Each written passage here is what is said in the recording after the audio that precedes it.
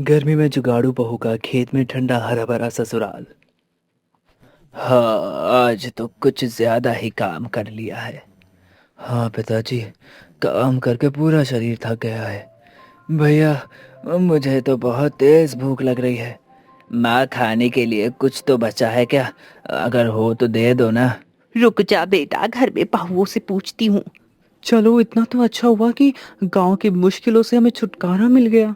हाँ दीदी, लेकिन यहाँ पर भी हमें अभी बहुत सारी दिक्कतों का सामना करना पड़ सकता है ना। इसी वजह से मैं चिंतित हूँ। जो भी हो, अब तो यही रहना होगा। अरे बहू, सुबह का खाना बचा है क्या? बच्चों को भूख लगी, बेचारे काम करके थक के आए हैं, बेचारे बहुत थक गए हैं, उनको भूख लगी हुई है, खाना दे दो। हाँ माँ जी, खाना बचा तो हुआ है। जरा देखना सीता, बर्तन में क्या बचा है। दीदी, इसमें तो थोड़ी सी दाल है और सब्जी बची हुई है, और रोटी। रोटी तो ज्यादा बची है। हाँ, ये है खाना। कोई बात नहीं, जितना खाना बचा है उतना थाली में परोस दो, तेरे पापा जी भी खाएंगे तो 4 जनों के लिए थोड़ा थोड़ा खाना निकाल दे। ठीक है माँ जी, मैं अभी निकाल देती हूँ। मैं बाहर जा रही हूँ, थोड़ा उन लोगों के थोड़ा सा पंखा झल देती हूँ, उनको बहुत गर्मी लग रही होगी। तुम खाना लेकर बाहर आ जाना। माँ जी, आप बाहर बोल दो कि ये लोग 2 खाट बिछा ले, मैं अभी खाना लेकर आती हूँ। ठीक है बहू। ये तो पूरी दाल खट्टी लग रही है। हाँ, क्या बना दिया तुम लोगों ने? पिताजी, मुझे लगता है दाल बासी हो गई है। हाँ भैया, मुझे तो सब्जी भी बासी लग रही है। लगता है गर्मी की वजह से खाना जल्दी खराब हो गया है। छोड़ो छोड़ो छोड़ो, हे भगवान, इस खाने को फेंकवा देते हैं, रोटी प्याज और नमक ही खा लेते हैं। हाँ पिताजी, आप ठीक कहते हैं। अरे बहू, इस थाली के खाने को जरा खेत में फेंकाना। क्यों, क्या हुआ माँ जी, क्या बात है। अरे गर्मी की वजह से पूरा खाना खराब हो गया। अब तो बहुत जल्दी खाना खराब हो जाया करेगा। लगता है खाना ठीक रखने के लिए हमें कोई नया उपाय करना होगा। वैसे भी दोपहर तक सभी भूखे हो जाते, बार बार चूल्हा भी नहीं जला सकते। कुछ तो सोचना पड़ेगा। ला दीदी, मैं खाना फेंक देती हूँ। हाँ ये ले, 1 थाली तू ले ले, 2 मैं ले लेती हूँ। बहू, खाना जरा दूर फेंकना, नहीं तो घर में ही बदबू आती रहती है, तो दूर फेंक के आना। ठीक है माँ जी। दीदी, मैं तो कहती हूँ एक गड्ढा खोद कर उसमें ही इस खाने को फेंक देते हैं। इससे खाने की बदबू भी नहीं आएगी और किसी के पैर में भी नहीं लगेगा, अन्न का अनादर भी नहीं होगा। हाँ तो ठीक कह रही है, आज यहीं पर फेंक देते, कल एक गड्ढा खोद लेंगे, तब उसी में फेंक दिया करेंगे। ठीक है। ठीक है दीदी।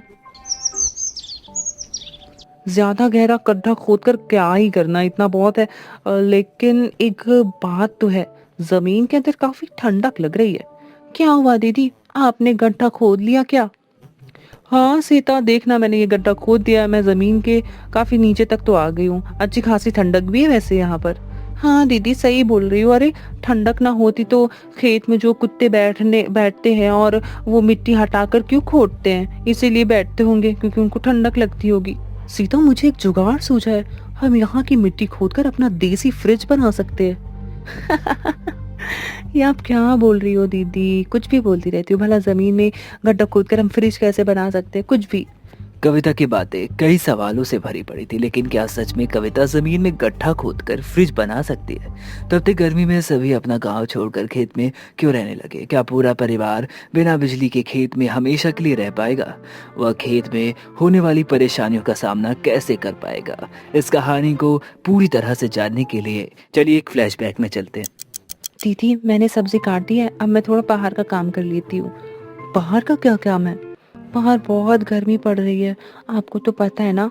हम जैसे ही बाहर निकलते पैर जलने लगते, तो मैं थोड़ा पानी छिड़क देती हूँ, फिर थोड़ी ठंडक रहेगी।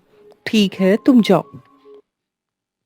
दीदी, मैं कुएं से पानी लेने जा रही हूँ, थोड़ी देर तक आ जाऊंगी। ठीक है, तुम जाओ। अरे बहू, तू अकेली चूल्हे के पास क्या काम कर रही है? ला, मैं सब्जी बना देती हूँ, फिर जल्दी से खाना लेकर खेतों की तरफ जाना होगा। उधर खेतों पर रामनाथ जी और उनके तीनों बेटे काम कर रहे होते। हे भगवान, इस गर्मी ने तो पूरा पसीने से मुझे तरबतर कर दिया है। पिताजी, आप थोड़ी देर आराम कर लो, हम तब तक थोड़ा और काम कर लेते हैं। क्या आराम करूं बेटा, गर्मी से बुरा हाल हो चुका है। अब आराम करना भी एकदम मौत जैसा है। पिताजी आप बिल्कुल भी निराश मत हो। आप ना ये गमछा भिगोकर शरीर पोंछ लो, फिर थोड़ा आराम मिल जाएगा आपको। हाँ ये ठीक रहेगा। वो तो शुक्र है कि हमने पहले से यहाँ एक नलकूप का जुगाड़ कर रखा है, नहीं तो पानी पीने के लिए भी हमें कुएं के पास जाना पड़ता और बहुत मेहनत लगती। हाँ पिताजी, ये तो आपने बिल्कुल सही कहा। आहा, आहा, सच में शरीर को ठंडक मिल गई है। लेकिन इस भयंकर गर्मी में मुझे नहीं लगता कि ये गमछा ज्यादा देर तक गीला रहेगा। अगले दिन कविता घर वालों के लिए पापड़ बना रही थी। उसने सोचा था कि पापड़ को बाहर सुखा लेती हूँ। माँ जी, मैं सोच रही थी कि इन पापड़ों को बाहर धूप में रख देती हूँ, कुछ देर बाद तो ये सूख जाएंगे।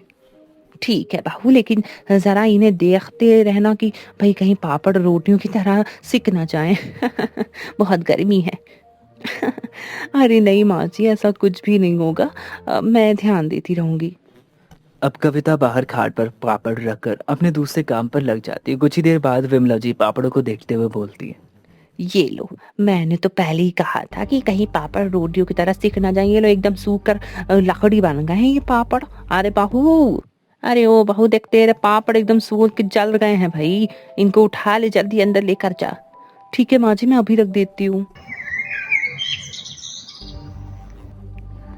रात को सभी लोग अपना अपना खाना खाकर सो जाते, लेकिन विमला जी के शरीर की घमौरियां उन्हें सोने नहीं दे रही थी। तभी कविता जी चिल्लाकर बोलती है, क्या हुआ माँ जी, आज आपको नींद नहीं आ रही क्या? नींद कहाँ से आएगी बहू? अरे मेरी पेट में उफ बड़ी गमौरियां हो रखी है। ये कब से खुजली हो रही है, उफ, इसीलिए नींद नहीं आ रही अच्छे से। रुको माँ जी, मैं आपकी पीठ में खुजला देती हूँ। हाँ हाँ हाँ हाँ, थोड़ा थोड़ा नीचे की तरफ खुजलाना।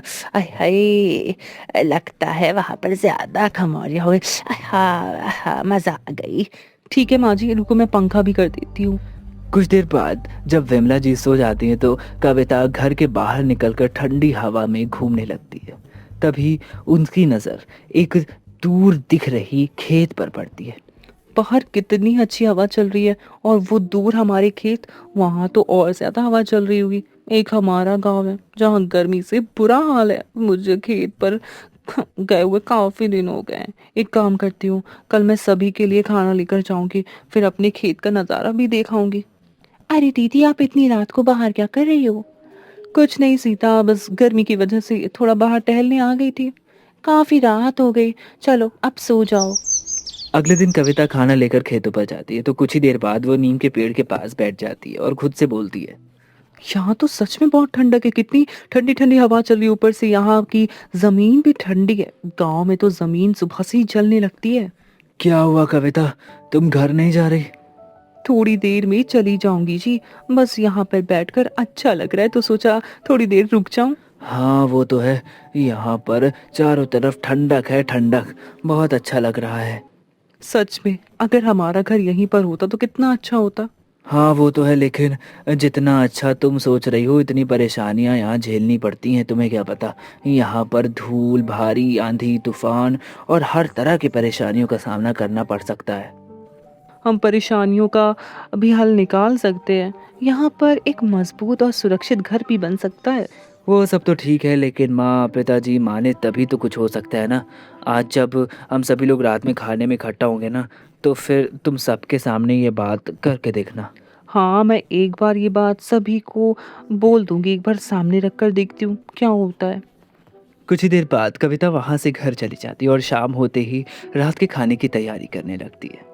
सीता, आज भिंडी रखी तो है, तो आज भिंडी की सब्जी बना लेते हैं। ठीक है दीदी, मैं भिंडी काट देती हूँ, आप रोटी बना लो। वैसे दीदी, आज आपने जल्दी चूल्हा नहीं जला दिया? हाँ सीता, आज मुझे घर वालों से थोड़ा कुछ बात करनी, उनके सामने एक बात रखनी है। कैसी बात दीदी?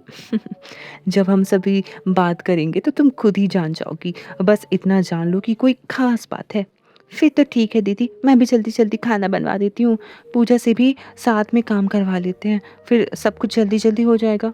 हाँ दीदी, मैं आ गई हूँ, बताओ भाई क्या करना है, जल्दी जल्दी बताओ, मैं कर देती हूँ। तुम एक काम करो, दाल चावल बना लो।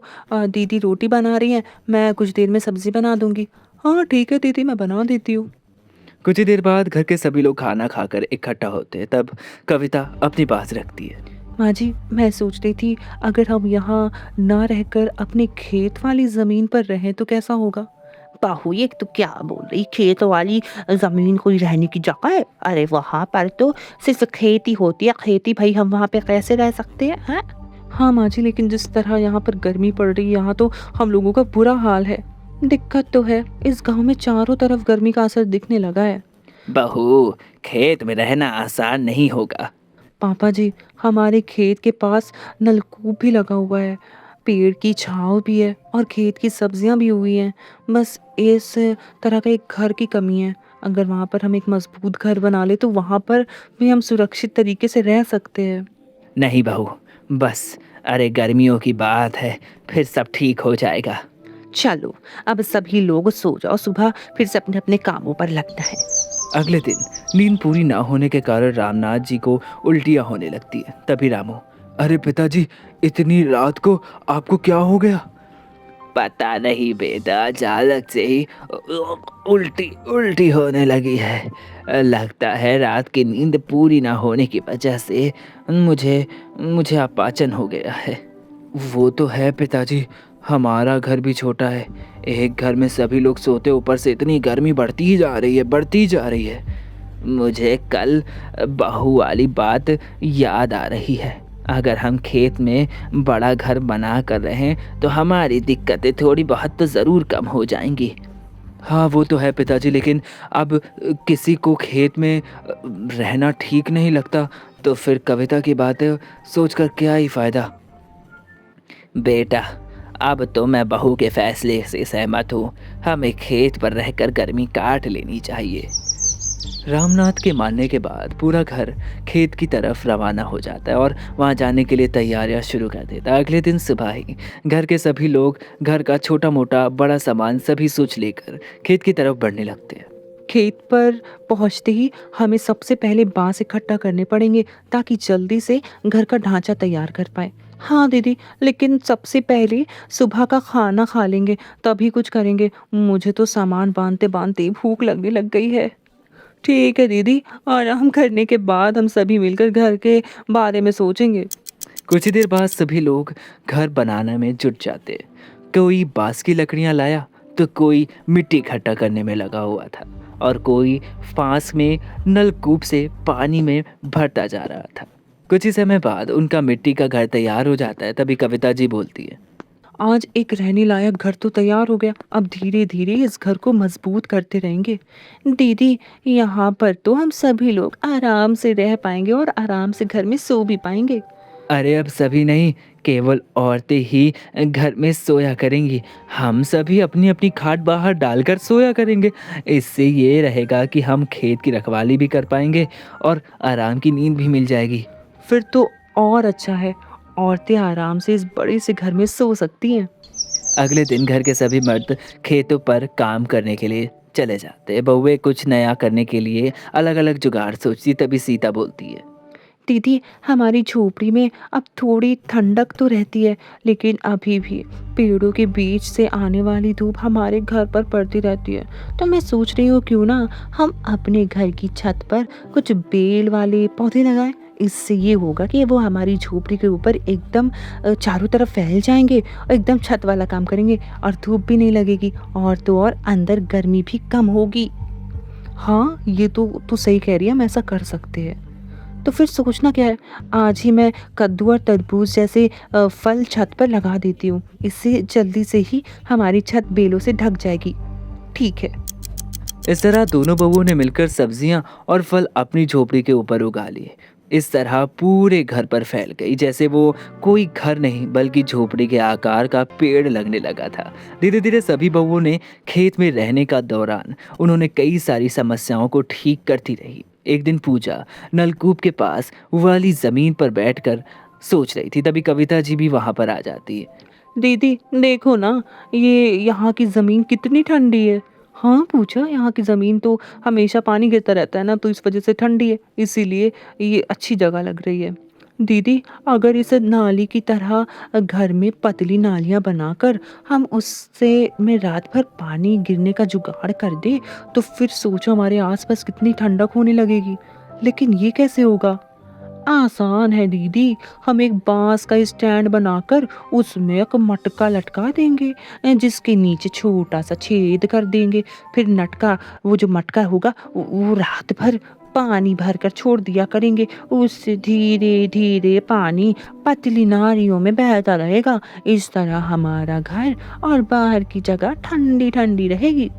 वाह पूजा, ये तो एक बहुत अच्छा जुगाड़ है। चल फिर आज हम सब ये मिलकर काम करते, इस जुगाड़ को पूरा करते हैं। इस तरह से तीनों बहुओं ने मिलकर आसपास का वातावरण अब ठंडा बना लिया था, लेकिन अभी भी कई सारी दिक्कतें थी जो खत्म नहीं हो पाई थी। एक दिन घर के सभी मर्द खेतों का काम खत्म करके झोपड़ी के बाहर खाट पर आराम करने के लिए आते। तभी रामनाथ बोलता है, हाँ आज तो कुछ ज्यादा ही काम कर लिया है। हाँ पिताजी, काम करके पूरा शरीर थक गया है। भैया मुझे तो बहुत तेज भूख लग रही है। माँ खाने के लिए कुछ तो बचा है क्या? अगर हो तो दे दो ना। रुक जा बेटा, घर में बहुओं से पूछती हूँ। चलो इतना तो अच्छा हुआ कि गांव की मुश्किलों से हमें छुटकारा मिल गया। हाँ दीदी, लेकिन यहाँ पर भी हमें अभी बहुत सारी दिक्कतों का सामना करना पड़ सकता है ना, इसी वजह से मैं चिंतित हूँ।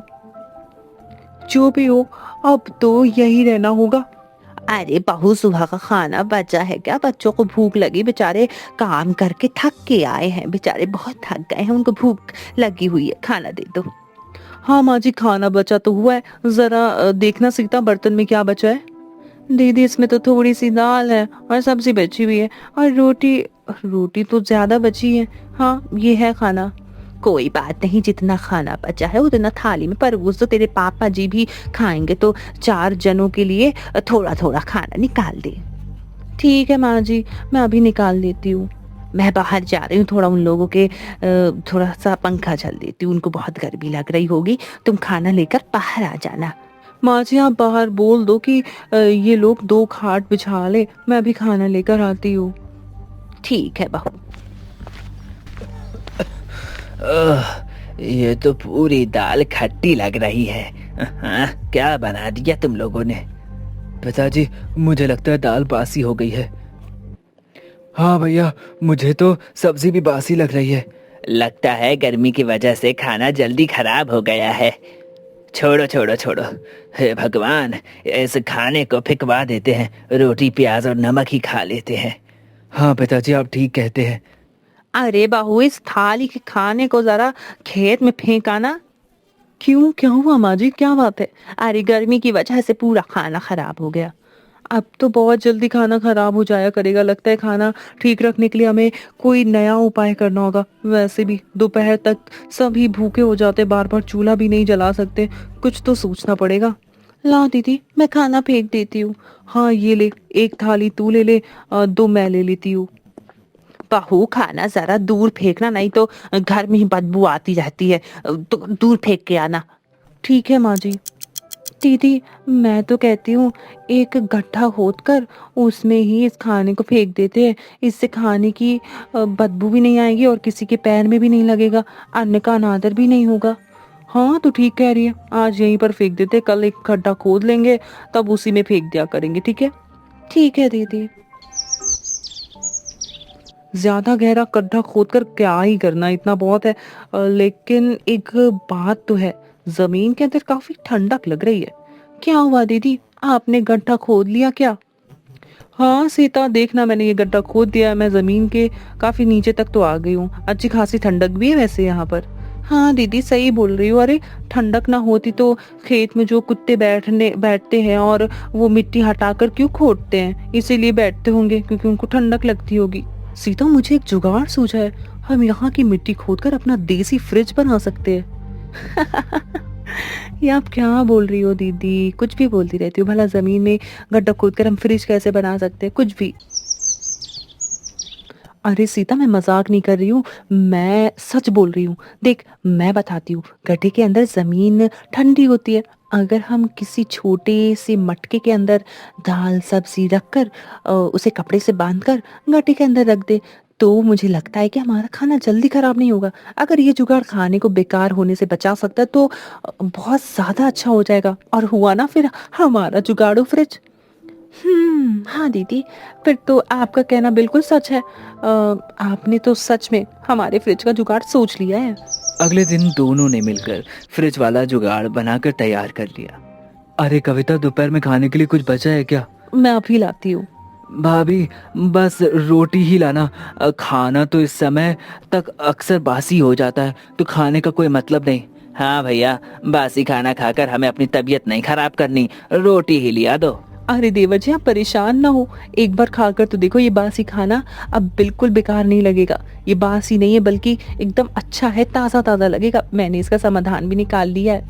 क्या मतलब भाभी जी? मतलब मैं आपको बाद में बताऊंगी, पहले आप बचा हुआ खाना खाकर बताओ कि वो बासी है, बदबू आ रही है या नहीं। ठीक है भाभी, आप खाना ले आओ। अब कविता उसी गड्ढे में छोटी सी मटकी निकालती है और उसमें रखा हुआ खाना सभी लोगों को परोस देती। फिर सभी लोग खाना खाने लगते हैं। तभी रामू बोलता है, अरे आज तो दाल में कुछ ऐसी बदबू नहीं आ रही है, बल्कि और अच्छा स्वाद आ रहा है। हाँ भैया, ऐसा लग रहा है जैसे दाल जरा सी भी बासी नहीं हुई है। दाल की छोड़ो, अरे ये सब्जी देखो, बिल्कुल ठीक लग रही है। ये सब कैसे हुआ भाभी?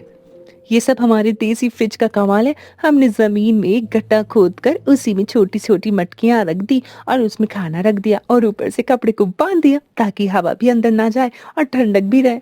ओहो, ये बात, सच में तुम्हारे जुगाड़ ने तो आज भर पेट खाना खिलवा दिया। अरे हमारे घर की तरफ तो देख जरा।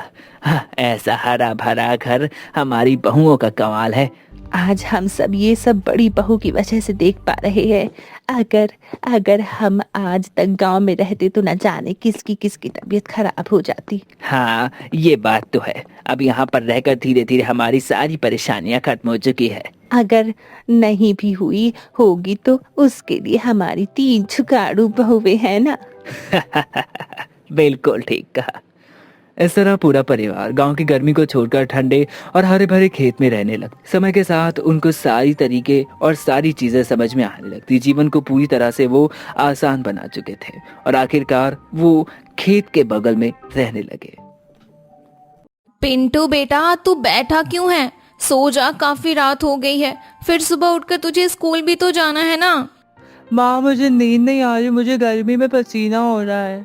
अच्छा ठीक है, मेरे पास आ जा, मैं तुझे हाथ वाले पंखे से हवा कर देती हूँ।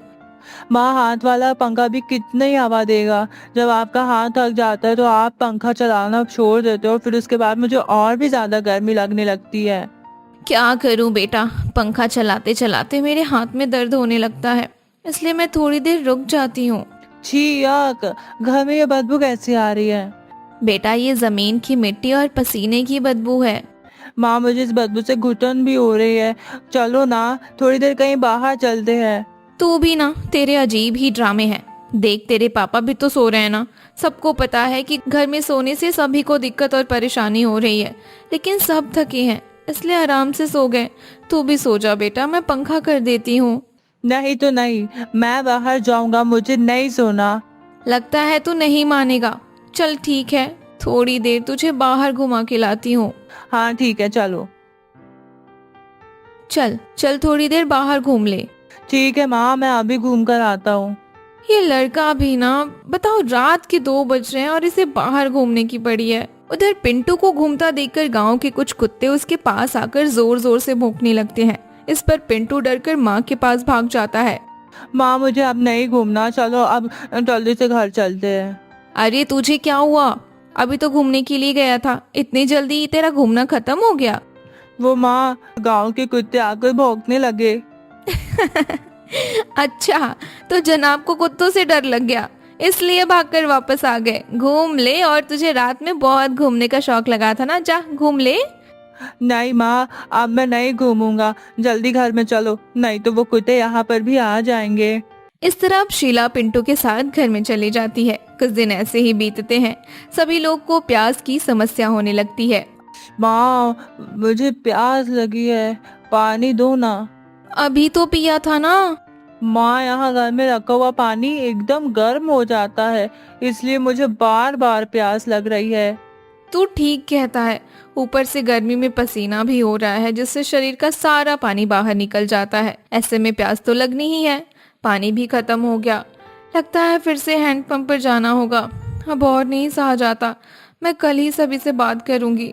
अब मैं यहाँ नीचे नहीं सो सकती, अब मैं पिंटू को लेकर छत पर ही सोऊंगी। इस तरह शीला परेशान होकर अपने घर वालों से बात करने वाली होती है, लेकिन क्या उसके घर वाले उसे ऊपर सोने की परमिशन देंगे? गांव में इस गर्मी में पहली बार छत पर कौन सोता है?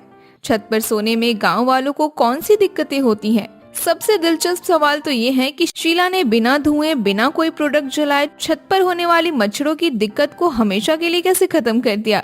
इसके अलावा शीला ने और कौन कौन से जुगाड़ लगाए जिससे छत पर होने वाले सभी समस्याएं खत्म हो गई? पूरी बात जानने के लिए चलिए कहानी के फ्लैशबैक में चलते हैं। घर पर मोतीलाल जी है क्या? हाँ चाचा जी, वो थोड़ा भैंसों को पानी पिलाने गए हैं। आप रुकिए ना, मैं बाहर खाट बिछा देती हूँ, आप बैठ जाइए, वो आते ही होंगे। ठीक है, इसी पेड़ के नीचे खाट डाल लेते हैं। अरे भैया, आप यहाँ कब आए? बस अभी आया था, तुम तो भैंसों को पानी देने लगे हो। हाँ भैया, वो तो तुम्हें पता ही है, गर्मी एकदम से बढ़ गई। इंसान तो पानी पी पी कर नहीं थक रहे हैं, तो ये बेचारे जानवर है। हाँ सो तो है, आओ थोड़ी देर साथ बैठते हैं। वैसे भैया, ये लाइट की समस्या तो रात को एकदम नरक बना देती है। हर किसी को सोने में बहुत दिक्कत हो रही है, समझ नहीं आता कि ये परेशानी कब तक झेलनी पड़ेगी। पूरा गांव इस समस्या से परेशान है। इसी बारे में मैंने एक बार सरपंच जी को भी बात की थी। अच्छा, तो फिर क्या हुआ? सरपंच जी मेरी बात सुनने के बाद बिजली विभाग गए थे, लेकिन वहां से ये खबर मिली कि गांव में बिजली की कमी है, इसीलिए पूरे दिन बिजली नहीं दी जा सकती है। सुबह बिजली इसीलिए दी जाती ताकि जिन लोगों के काम धंधे बिजली की मदद से होते हैं वे सभी अच्छे से हो सके और आराम से वह लोग अपना काम कर सके। इसका मतलब है रात में बिजली नहीं आएगी। हाँ, सरपंच जी की बातों से तो यही लगता है कि बिजली की व्यवस्था गांव में तो अब ऐसी ही रहने वाली है। खैर, हम भी इसमें क्या कर सकते हैं जब आगे से ही कुछ नहीं हो सकता। चलो ठीक है भैया, अब मैं भी चलता हूँ, थोड़ा मुझे भी कुछ काम है। हाँ ठीक है, मैं भी चलता हूँ, थोड़ा खेतों पर जाऊँ। सुनो जी, खाना तैयार है, पापा जी से पूछ लो ना, खाना निकाल दूं क्या? बहू, आज तो खाना बाहर ही ले आ, अंदर तो बहुत गर्मी है, खाना खाया नहीं जाएगा। सुनो, पिताजी और मेरे लिए दोनों का खाना बाहर ही लेकर आ जाओ। जी ठीक है। क्या हुआ बहू? माँ जी, वो उनका और पापा जी का खाना बाहर ही देना है, आप और मैं यहीं खा लेते हैं। ठीक है, तू पहले बाहर खाना दे आ, फिर हम बाद में खा लेंगे। पंखा करो ना, गर्मी लग रही है मुझे। करती हूँ, रुक जा जरा, थोड़ी देर तू खुद नहीं कर सकता पंखा?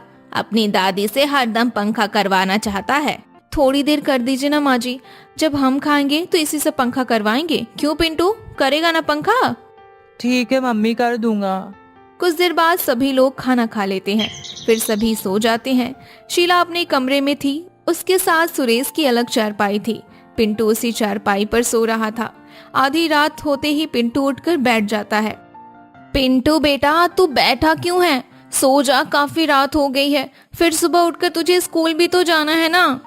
माँ, मुझे नींद नहीं आ रही, मुझे गर्मी में पसीना हो रहा है। अच्छा ठीक है, मेरे पास आ जा, मैं तुझे हाथ वाले पंखे से हवा कर देती हूँ। माँ, हाथ वाला पंखा भी कितनी हवा देगा? जब आपका हाथ थक जाता है तो आप पंखा चलाना छोड़ देते हो, फिर उसके बाद मुझे और भी ज्यादा गर्मी लगने लगती है। क्या करूं बेटा, पंखा चलाते चलाते मेरे हाथ में दर्द होने लगता है, इसलिए मैं थोड़ी देर रुक जाती हूँ। छी याक, घर में ये बदबू कैसी आ रही है? बेटा, ये जमीन की मिट्टी और पसीने की बदबू है। माँ, मुझे इस बदबू से घुटन भी हो रही है। चलो ना, थोड़ी देर कहीं बाहर चलते हैं। तू भी ना, तेरे अजीब ही ड्रामे हैं। देख, तेरे पापा भी तो सो रहे हैं ना। सबको पता है कि घर में सोने से सभी को दिक्कत और परेशानी हो रही है, लेकिन सब थके हैं, इसलिए आराम से सो गए। तू भी सो जा बेटा, मैं पंखा कर देती हूँ। नहीं तो नहीं, मैं बाहर जाऊंगा, मुझे नहीं सोना। लगता है तू नहीं मानेगा। चल ठीक है, थोड़ी देर तुझे बाहर घुमा के लाती हूँ। हाँ ठीक है, चलो। चल चल थोड़ी देर बाहर घूम ले। ठीक है माँ, मैं अभी घूम कर आता हूँ। ये लड़का भी ना, बताओ रात के 2 बज रहे हैं और इसे बाहर घूमने की पड़ी है। उधर पिंटू को घूमता देखकर गांव के कुछ कुत्ते उसके पास आकर जोर जोर से भौंकने लगते हैं। इस पर पिंटू डरकर माँ के पास भाग जाता है। माँ मुझे अब नहीं घूमना, चलो अब जल्दी से घर चलते हैं। अरे तुझे क्या हुआ? अभी तो घूमने के लिए गया था, इतनी जल्दी तेरा घूमना खत्म हो गया? वो माँ, गांव के कुत्ते आकर भौंकने लगे। अच्छा, तो जनाब को कुत्तों से डर लग गया, इसलिए भागकर वापस आ गए। घूम ले, और तुझे रात में बहुत घूमने का शौक लगा था ना, जा घूम ले। नहीं माँ, अब मैं नहीं घूमूंगा, जल्दी घर में चलो, नहीं तो वो कुत्ते यहाँ पर भी आ जाएंगे। इस तरह अब शीला पिंटू के साथ घर में चली जाती है। कुछ दिन ऐसे ही बीतते हैं। सभी लोग को प्यास की समस्या होने लगती है। माँ मुझे प्यास लगी है, पानी दो ना। अभी तो पिया था ना। माँ यहाँ घर में रखा हुआ पानी एकदम गर्म हो जाता है, इसलिए मुझे बार बार प्यास लग रही है। तू ठीक कहता है, ऊपर से गर्मी में पसीना भी हो रहा है, जिससे शरीर का सारा पानी बाहर निकल जाता है। ऐसे में प्यास तो लगनी ही है। पानी भी खत्म हो गया, लगता है फिर से हैंडपंप पर जाना होगा। अब और नहीं सहा जाता, मैं कल ही सभी से बात करूंगी। अब मैं यहाँ नीचे नहीं सो सकती, अब मैं पिंटू को लेकर छत पर ही सोऊंगी। माँ जी, अब मुझसे रात में घर में नहीं सोया जाता, अब तो मैं छत पर ही सोऊंगी। अरे बहू, क्या बोल रही है? तू अकेली हमारे घर की औरत होकर छत पर सोएगी? गांव में कोई भी छत पर नहीं सोता है, ये ठीक नहीं है। तो क्या करूं माँ जी, सारी रात पिंटू के चक्कर में मुझे परेशान होना पड़ता है। रात भर ठीक से नींद पूरी भी नहीं हो पाती, तो दिन में काम करते समय आंख लग जाती है। ऐसे तो मेरी तबीयत खराब हो जाएगी, ऊपर हवा में कम से कम नींद तो पूरी हो जाएगी। हाँ माँ, शीला ठीक कहती है, इसे ऊपर ही सोने दो। अगर कोई दिक्कत वाली बात है तो मैं भी इन दोनों के साथ ऊपर ही सो जाऊंगा। ठीक है, तुम दोनों की जैसी मर्जी वैसा ही करो। माँ ये छत तो बहुत गर्म हो रही है, यहाँ पर कैसे नींद आएगी? अरे तू चिंता मत कर, हमें खाली छत पर नहीं सोना, नीचे से चटाई बिछानी है, फिर कोई दिक्कत नहीं होगी। चल मैं चटाई बिछा देती हूँ, फिर आराम से सो जा। माँ यहाँ भी कभी कभी हवा रुक जा रही है, लगता है यहाँ भी नीचे जैसा ही हो जाएगा। कोई नहीं, नीचे की तरह पंखा तो नहीं चलेगा। अब चल चुपचाप सो जा। अरे बहन, कैसी हो? गर्मी में रात में नींद आती है या नहीं? अरे बहन, तुम आओ बैठो। क्या बताऊं बहन, गर्मी में तो बुरा हाल है। हमारे घर में तो सुरेश और उसकी बेबी परेशान होकर रात में छत पर ही सोने लगे हैं। हाँ वो तो है, हमारा भी परिवार गर्मी से परेशान हो रहा है। लगता है हमें भी अब छत पर ही सोना पड़ेगा। अच्छा, आप नहीं सोती क्या छत पर? नहीं नहीं, मैं और ये तो अभी नीचे ही सोते हैं। नीचे सोने का कोई भी फायदा नहीं है बहन, रात की नींद रोज रोज खराब होती है। हाँ वो तो है, देखती हूँ, आज इनसे पूछूंगी। अगर ये मान जाते हैं तो हम दोनों भी ऊपर ही सो जाएंगे। चलो ठीक है बहन, अब मैं चलती हूँ, घर में थोड़ा काम है। ठीक है बहन। अरे माँ जी, आप कहाँ चली गई थी? मैं कब से आपको ढूंढ रही थी। कहीं नहीं गई थी बहू, बस पड़ोस में जमुना बहन के यहाँ गई थी। अच्छा, तो क्या बात हो गई थी? कुछ भी नहीं, बस ऐसे ही मिलने गई थी। अच्छा सुन, जमुना बहन बता रही थी कि उसकी बहू और पति दोनों छत पर सोते हैं। हम भी आज से छत पर ही सोएंगे, गर्मी में तो अब हमसे नहीं सोया जाएगा नीचे। लेकिन माँ जी, वहाँ पर तो सब एक साथ कैसे सोएंगे? पापा जी के सामने सोने में मुझे बहुत शर्म आती है। तो उसकी चिंता मत कर, आदमी लोग एक तरफ सो जाएंगे और हम लोग एक तरफ सो जाएंगे। ठीक है माँ जी, आप जैसा सही समझे। अरे माँ जी, आप? हाँ बहू, आज हम भी सोच रहे थे कि छत पर ही सोकर देखते हैं। ठीक है माँ जी, लेकिन पापा जी यहाँ सोएंगे तो मुझे थोड़ा अजीब लगेगा। तो फिक्र मत कर, वो एक तरफ सो जाएंगे। अच्छा माँ जी, मैं सोच रही थी कि बीच छत पर एक कपड़ा डाल देते हैं, फिर मुझे ठीक लगेगा। पापा जी को भी सोने में कोई ज्यादा दिक्कत नहीं होगी। ठीक है, फिर ऐसा ही कर ले तू। कुछ देर बाद सभी लोग अपनी अपनी जगह पर सो जाते हैं। उधर पड़ोस के लोग भी छत पर अपना बिस्तर लगाते हुए दिखाई दे रहे होते हैं। फिर वे लोग भी सो जाते हैं। लेकिन आधी रात को पड़ोस की मीरा नींद में उठती हुई अपनी छत के किनारे पर आ जाती है। तभी शिला उसे देख लेती है। वो कौन है? उठकर देखती हूँ, अरे ये तो भूत भूत। अरे क्या हुआ? तुम ठीक तो हो ना? क्यों चिल्ला रही हो? वहां पर भूत है, देखो। भूत है वहां पे। अरे चुप हो जा, भूत जैसा कुछ नहीं होता। रुक, मुझे देखने दो कौन है वहां। अब सुरेश अपनी छत के किनारे जाकर देखता है तो उसे मीरा की पहचान होती है। अरे ये तो मीरा है। लगता है नींद में उठकर आगे बढ़ती जा रही है। मुझे रामनाथ चाचा को आवाज देनी होगी। अरे रामनाथ चाचा, अरे जल्दी उठो। अरे वो देखो मीरा। अरे अरे नींद में है, कहाँ चली जा रही है? जल्दी उसे पकड़ो, नहीं तो छत से गिर जाएगी। क्या क्या क्या हुआ? क्या हुआ?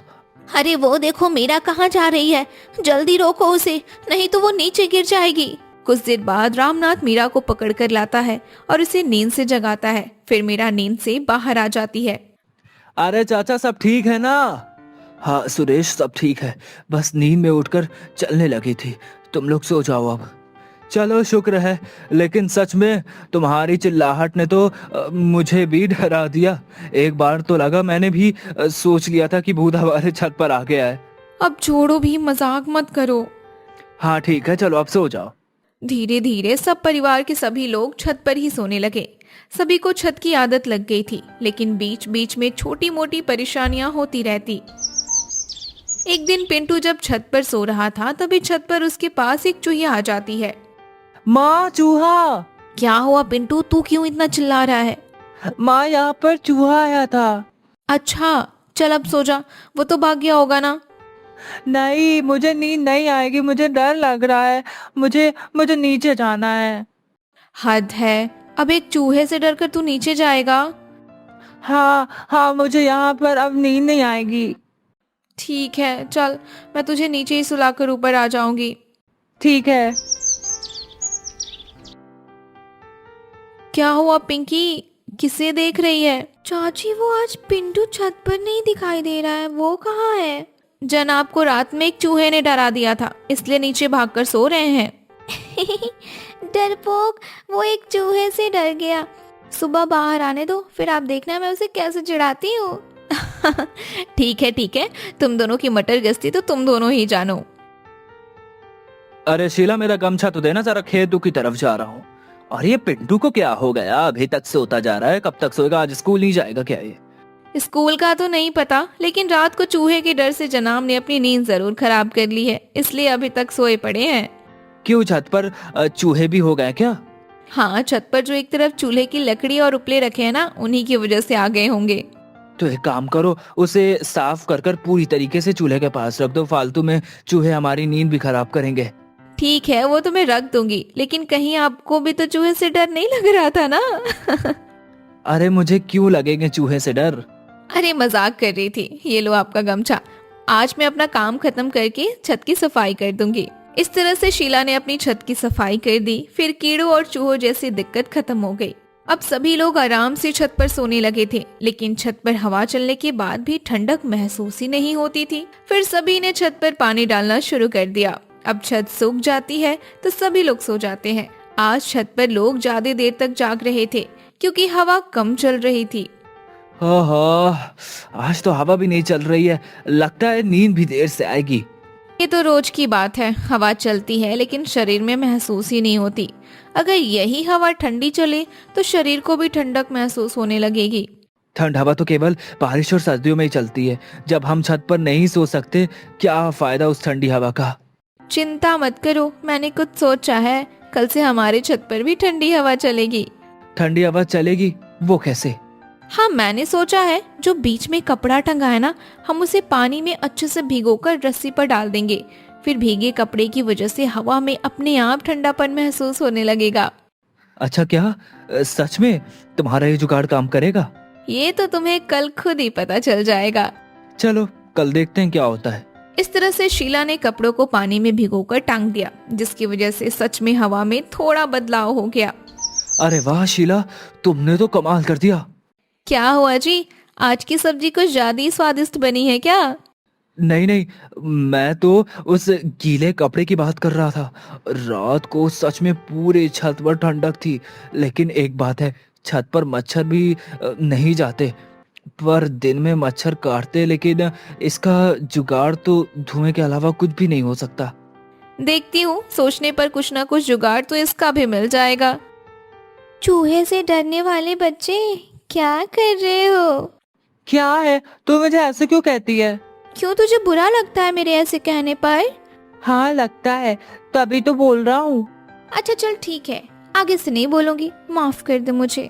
अच्छा सुन, वो मेरी मम्मी ना छत पर अब एक बड़ा सा कपड़ा भिगो कर डालती है, तो जिसकी वजह से हमारी छत ना ठंडी ठंडी हवा से भर जाती है। वहाँ पे बहुत ठंडी ठंडी हवा चलती है। तुम्हारी छत पर भी रात में गीला कपड़ा डालते हैं क्या? नहीं, हमारे छत पर तो ऐसा कुछ नहीं होता। हमारे यहाँ तो होता है, इसलिए हम कूलर जैसी हवा का मजा ले पाते हैं। कुछ देर बाद पिंकी वहाँ से चली जाती है और घर जाकर अपनी मम्मी को पिंटू वाली बात बता देती है। इसी के चलते पड़ोसियों ने भी कपड़े वाला तरीका अपना लिया। एक दिन शीला चूल्हे पर खाना बनाते हुए मिट्टी का तेल लकड़ी पर डाल रही थी। तभी थोड़ा तेल उसके हाथ पर गिर जाता है और बदबू करने लगता है। ओहो, ये क्या हो गया, मेरे हाथ पर तो मिट्टी का तेल ही गिर गया। कितनी तेज बदबू कर रहा है ये तेल ना, अब हाथ धोना पड़ेगा तभी जाकर रोटी बना पाऊंगी। वैसे बदबू एक ऐसी चीज है ना जिससे इंसान परेशान हो जाते हैं। अगर कोई बदबू मच्छरों को भगाने में मदद करे तो जब मैं अपने मायके थी तो सुना था कि नीम के तेल की बदबू से कीड़े मकोड़े दूर रहते हैं। क्या पता नीम के तेल से मच्छर भी भाग जाते हो। एक काम करती हूँ, इनसे कहती हूँ कि हमारे घर में आंवले की जगह नीम का तेल लाया करें, फिर उससे हम बालों में लगा लिया करेंगे। क्या पता उसकी बदबू से मच्छर काटना ही बंद कर दे। हाँ, ये जुगाड़ तो ठीक रहेगा। शीला जरा एक लोटा पानी तो लाना। अरे आज आप खेतों से बड़ी जल्दी आ गए, क्या बात है? अच्छा सुनो ना, मैं कह रही थी कि आप जो आंवले का तेल लाते हो ना, उसकी जगह नीम का तेल लाया करो। मुझे लगता है कि उसे सिर में लगाने पर रात में मच्छर काटना बंद कर देंगे। ओह, तो तुमने एक नया जुगाड़ भी खोज लिया। चलो ठीक है, मैं कल सुबह ले आऊंगा। एक जुगाड़ और मेरे दिमाग में और आया है। मैं सोच रही थी ना, तुलसी के पौधों की महक भी मच्छरों को भगाने में मदद करती है, तो क्यों ना छत पर तुलसी के गमले लगा दिए जाएं? ठीक है, लगा कर देख लो। हमें तो बस अच्छी नींद के मतलब है, और कुछ नहीं चाहिए। अगर इन जुगाड़ों से अच्छी नींद आ जाती है तो फिर इन्हें ही करने से कोई बुराई नहीं है।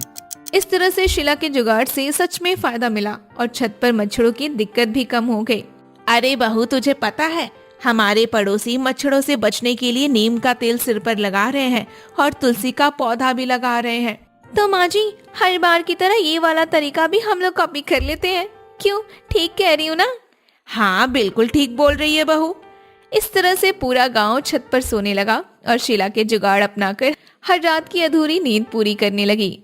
घर के मुख्य द्वार पर बाकी घर वालों के साथ खड़ी शारदा हाथ में आरती की थाली लिए अपनी बहू आरती का घर में स्वागत करती है।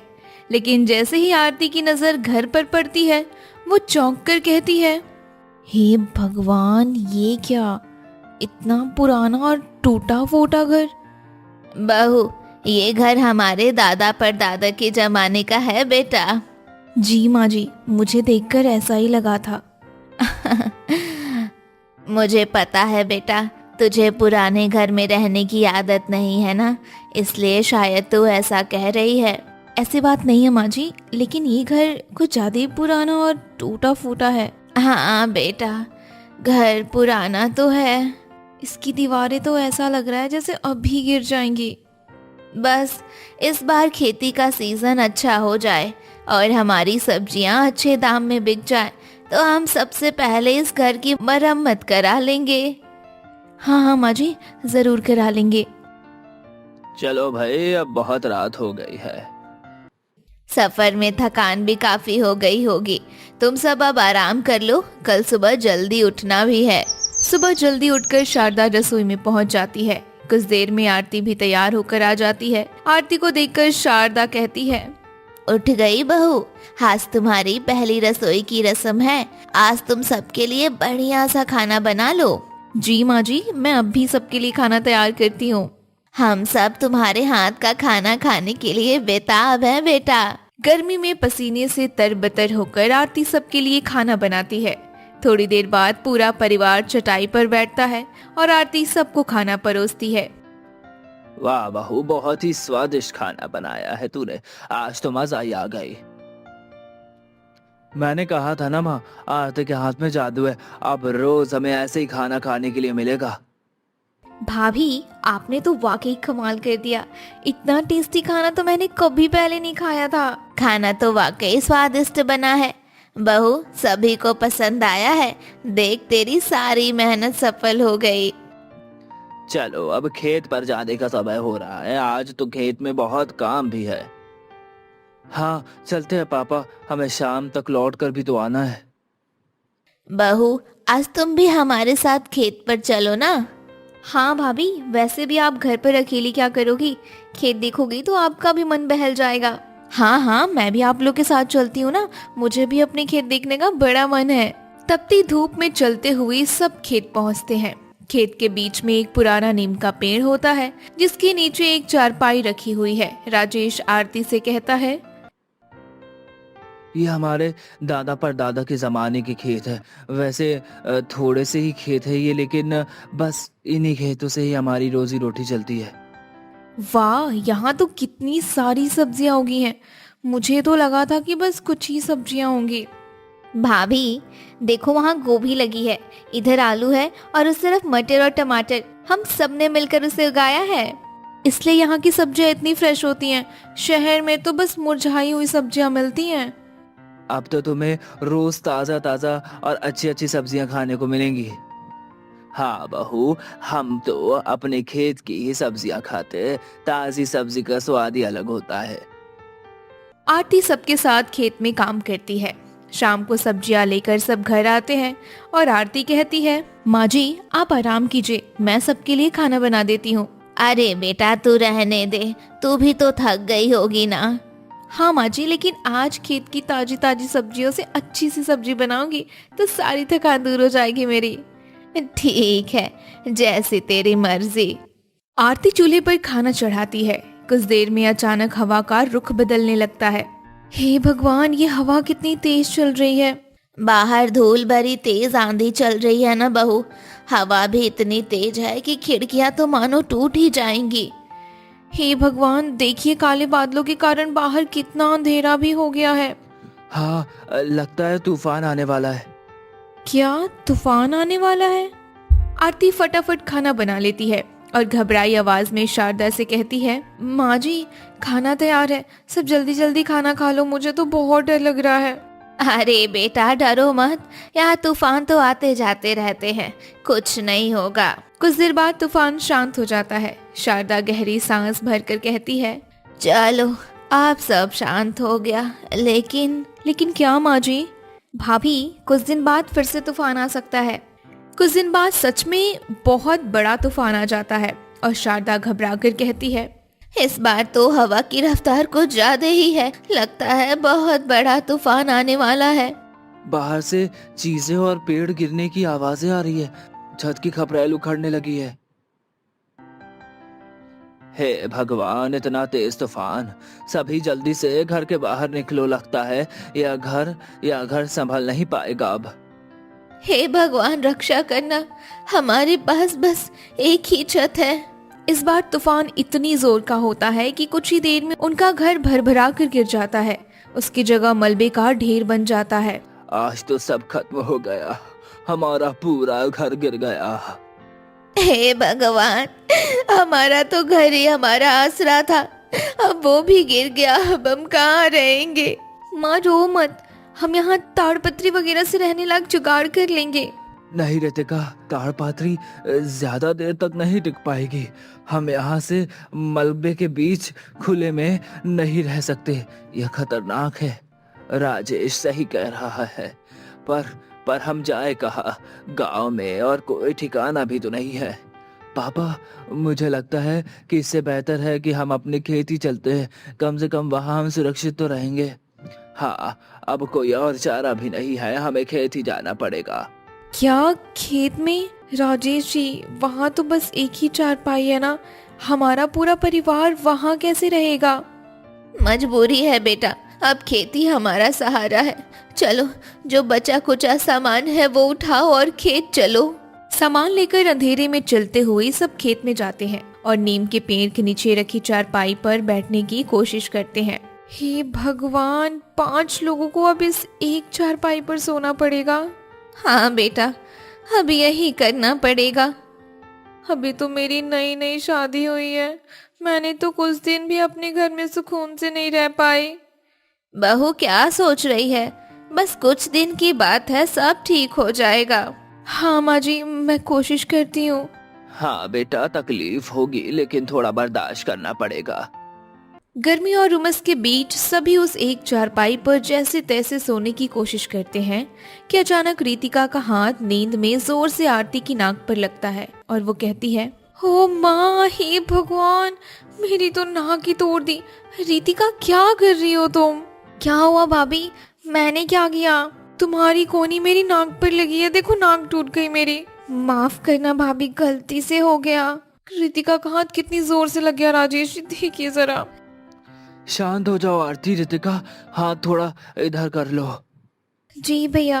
आरती फिर से सोने की कोशिश करती है लेकिन गर्मी और घुटन उसे सोने ही नहीं देती। थोड़ी देर बाद शारदा का पैर नींद में आरती के ऊपर आ जाता है। हे भगवान, अब ये क्या है? माँ जी, आपका पैर। माफ करना बेटा, जगह ही इतनी कम है, क्या करूं? तुम सोने की कोशिश करो। यहाँ तो मैं सो ही नहीं सकती, कभी हाथ लग रहा है तो कभी पैर, और गर्मी से मेरा दम घुट रहा है। आरती, 5 बज गए, उजाला होने वाला है, चलो उठ ही जाओ। हम दोनों ना खेत में घूम कर आते हैं। ठीक है, चलिए। वैसे भी यहाँ लेटने का कोई फायदा नहीं है। हाँ चलो, ताजा हवा में तुम्हें थोड़ा अच्छा लगेगा। राजेश और आरती बातें करते हुए खेत की पगडंडियों पर चलते हैं। गुस्सा ठंडा होने के बाद आरती कहती है, राजेश जी, मैं यहाँ से थोड़ी धनिया और मिर्ची तोड़ लेती हूँ, आज खाने के साथ ताजी चटनी बनाऊंगी। ये हुई ना बात, चलो मैं तुम्हारी मदद करता हूँ। दोनों सब्जियां तोड़कर वापस लौटते हैं। महेश और शारदा अपने साथ लाए बर्तनों को साफ करते हुए कहते हैं, अरे तुम दोनों कहाँ चले गए थे? मैं तो डर ही गई थी। माँ जी, हम बस ताजा हवा खाने थोड़ा बाहर घूमने चले गए थे। अच्छा किया बेटा, वैसे भी उमस हो रही थी। देखिए, मैं खेतों से ताजी धनिया मिर्ची तोड़ के लाई हूँ, अब इसकी अच्छी सी चटनी बनाऊंगी। वाह बहू, बहुत अच्छा किया। ताजी चटनी के साथ रोटियां खाने में तो मजा ही आ गया। तुम चूल्हा जलाकर रोटियां भी सेक लो बेटा। आरती जैसे ही चूल्हे में आग जलाती है, हवा की वजह से खेत की मिट्टी और धूल उड़ने लगती है। बाप रे, इतनी धूल उड़ रही है कि सांस लेना भी मुश्किल हो रहा है। चूल्हा कैसे जलेगा अब? घर की रसोई में तो कम से कम 4 दीवारें तो थी, यहाँ तो हवा के कारण चूल्हा जलाने में भी बड़ी परेशानी हो रही। हाँ माँ जी, धुएं से आंखें लाल हो रही हैं और धूप और गर्मी से तो पसीना आ रहा है। हाँ बेटा, चाह कर भी तबीयत के कारण मैं मदद नहीं कर सकती। कोई बात नहीं माँ जी, मैं कर लूंगी। आरती को परेशान होता देखकर राजेश उसके पास जाकर कहता है, आरती, तुम्हें धूप से परेशानी हो रही होगी, मैं तुम्हारे लिए कपड़ा टांग देता हूँ ताकि सीधी धूप तुम पर ना पड़े। खाना बनता है और सबका खाना होने के बाद आरती के चेहरे पर नींद और थकान साफ दिखने लगती है। बहू, तुम्हें तो बहुत नींद आ रही है बेटा। हाँ माँ जी, नींद और थकान की वजह से मेरा सिर चकरा रहा है, थोड़ी देर आराम करना चाहती हूँ। हाँ बेटा, सो जाओ, अभी चारपाई भी खाली पड़ी है। मैं और राजेश भी जरा खेत पर काम कर लेते हैं। माँ, मैं पेड़ से कच्चे आम तोड़ कर लाती हूँ, दोपहर में आम पन्ना बनाएंगे। आरती चारपाई पर लेट जाती है। उसकी आंख लगने ही वाली होती है कि शारदा की सहेली विनीता आ जाती है। अरे शारदा, मैंने सुना तुम्हारा पूरा घर गिर गया और तुम लोग यहाँ खेत में रह रहे हो। हाँ विनीता, अब बस क्या बताओ, कुदरत का कहर टूट पड़ा हम पर। बड़ी मुसीबत है, ला मुझे भी थोड़ी जगह दे, बड़ी दूर से चलकर आई हूँ, कमर टूट गई है मेरी। हे भगवान, एक ही तो चारपाई है, उस पर भी आकर बैठ गई, अब मैं कहाँ सोऊं? बहू, जा जरा चाची के लिए पानी लेकर आ तो। आरती पानी लेकर आती है और विनीता को देती है। काफी देर तक दोनों की बातें चलती हैं और आरती बैठी रहती है। रात को सोते समय, माँ जी, मैं यहाँ नीचे चटाई बिछाकर सो जाती हूँ, चारपाई पर इतने लोगों के बीच सोने में मुझे बहुत दिक्कत होती है। नहीं बहू, जमीन बहुत गीली है और यहाँ कीड़े मकोड़ों का भी डर है, तो नीचे मत सो बेटा। कुछ नहीं होगा, मैं सो जाऊंगी, मुझे बस खुली जगह चाहिए वरना मेरा दम घुट जाएगा। अच्छा ठीक है, जैसी मर्जी। आरती चादर बिछाती है और जमीन पर ही सो जाती है। कुछ देर बाद आरती को अपनी गर्दन पर कुछ रेंगता हुआ महसूस होता है और वो चीखती है, हे माँ, ये क्या है? ए भगवान, ये तो एक छोटा सा सांप है। देखा बहू, यहाँ जमीन पर सोना बिल्कुल भी सुरक्षित नहीं है।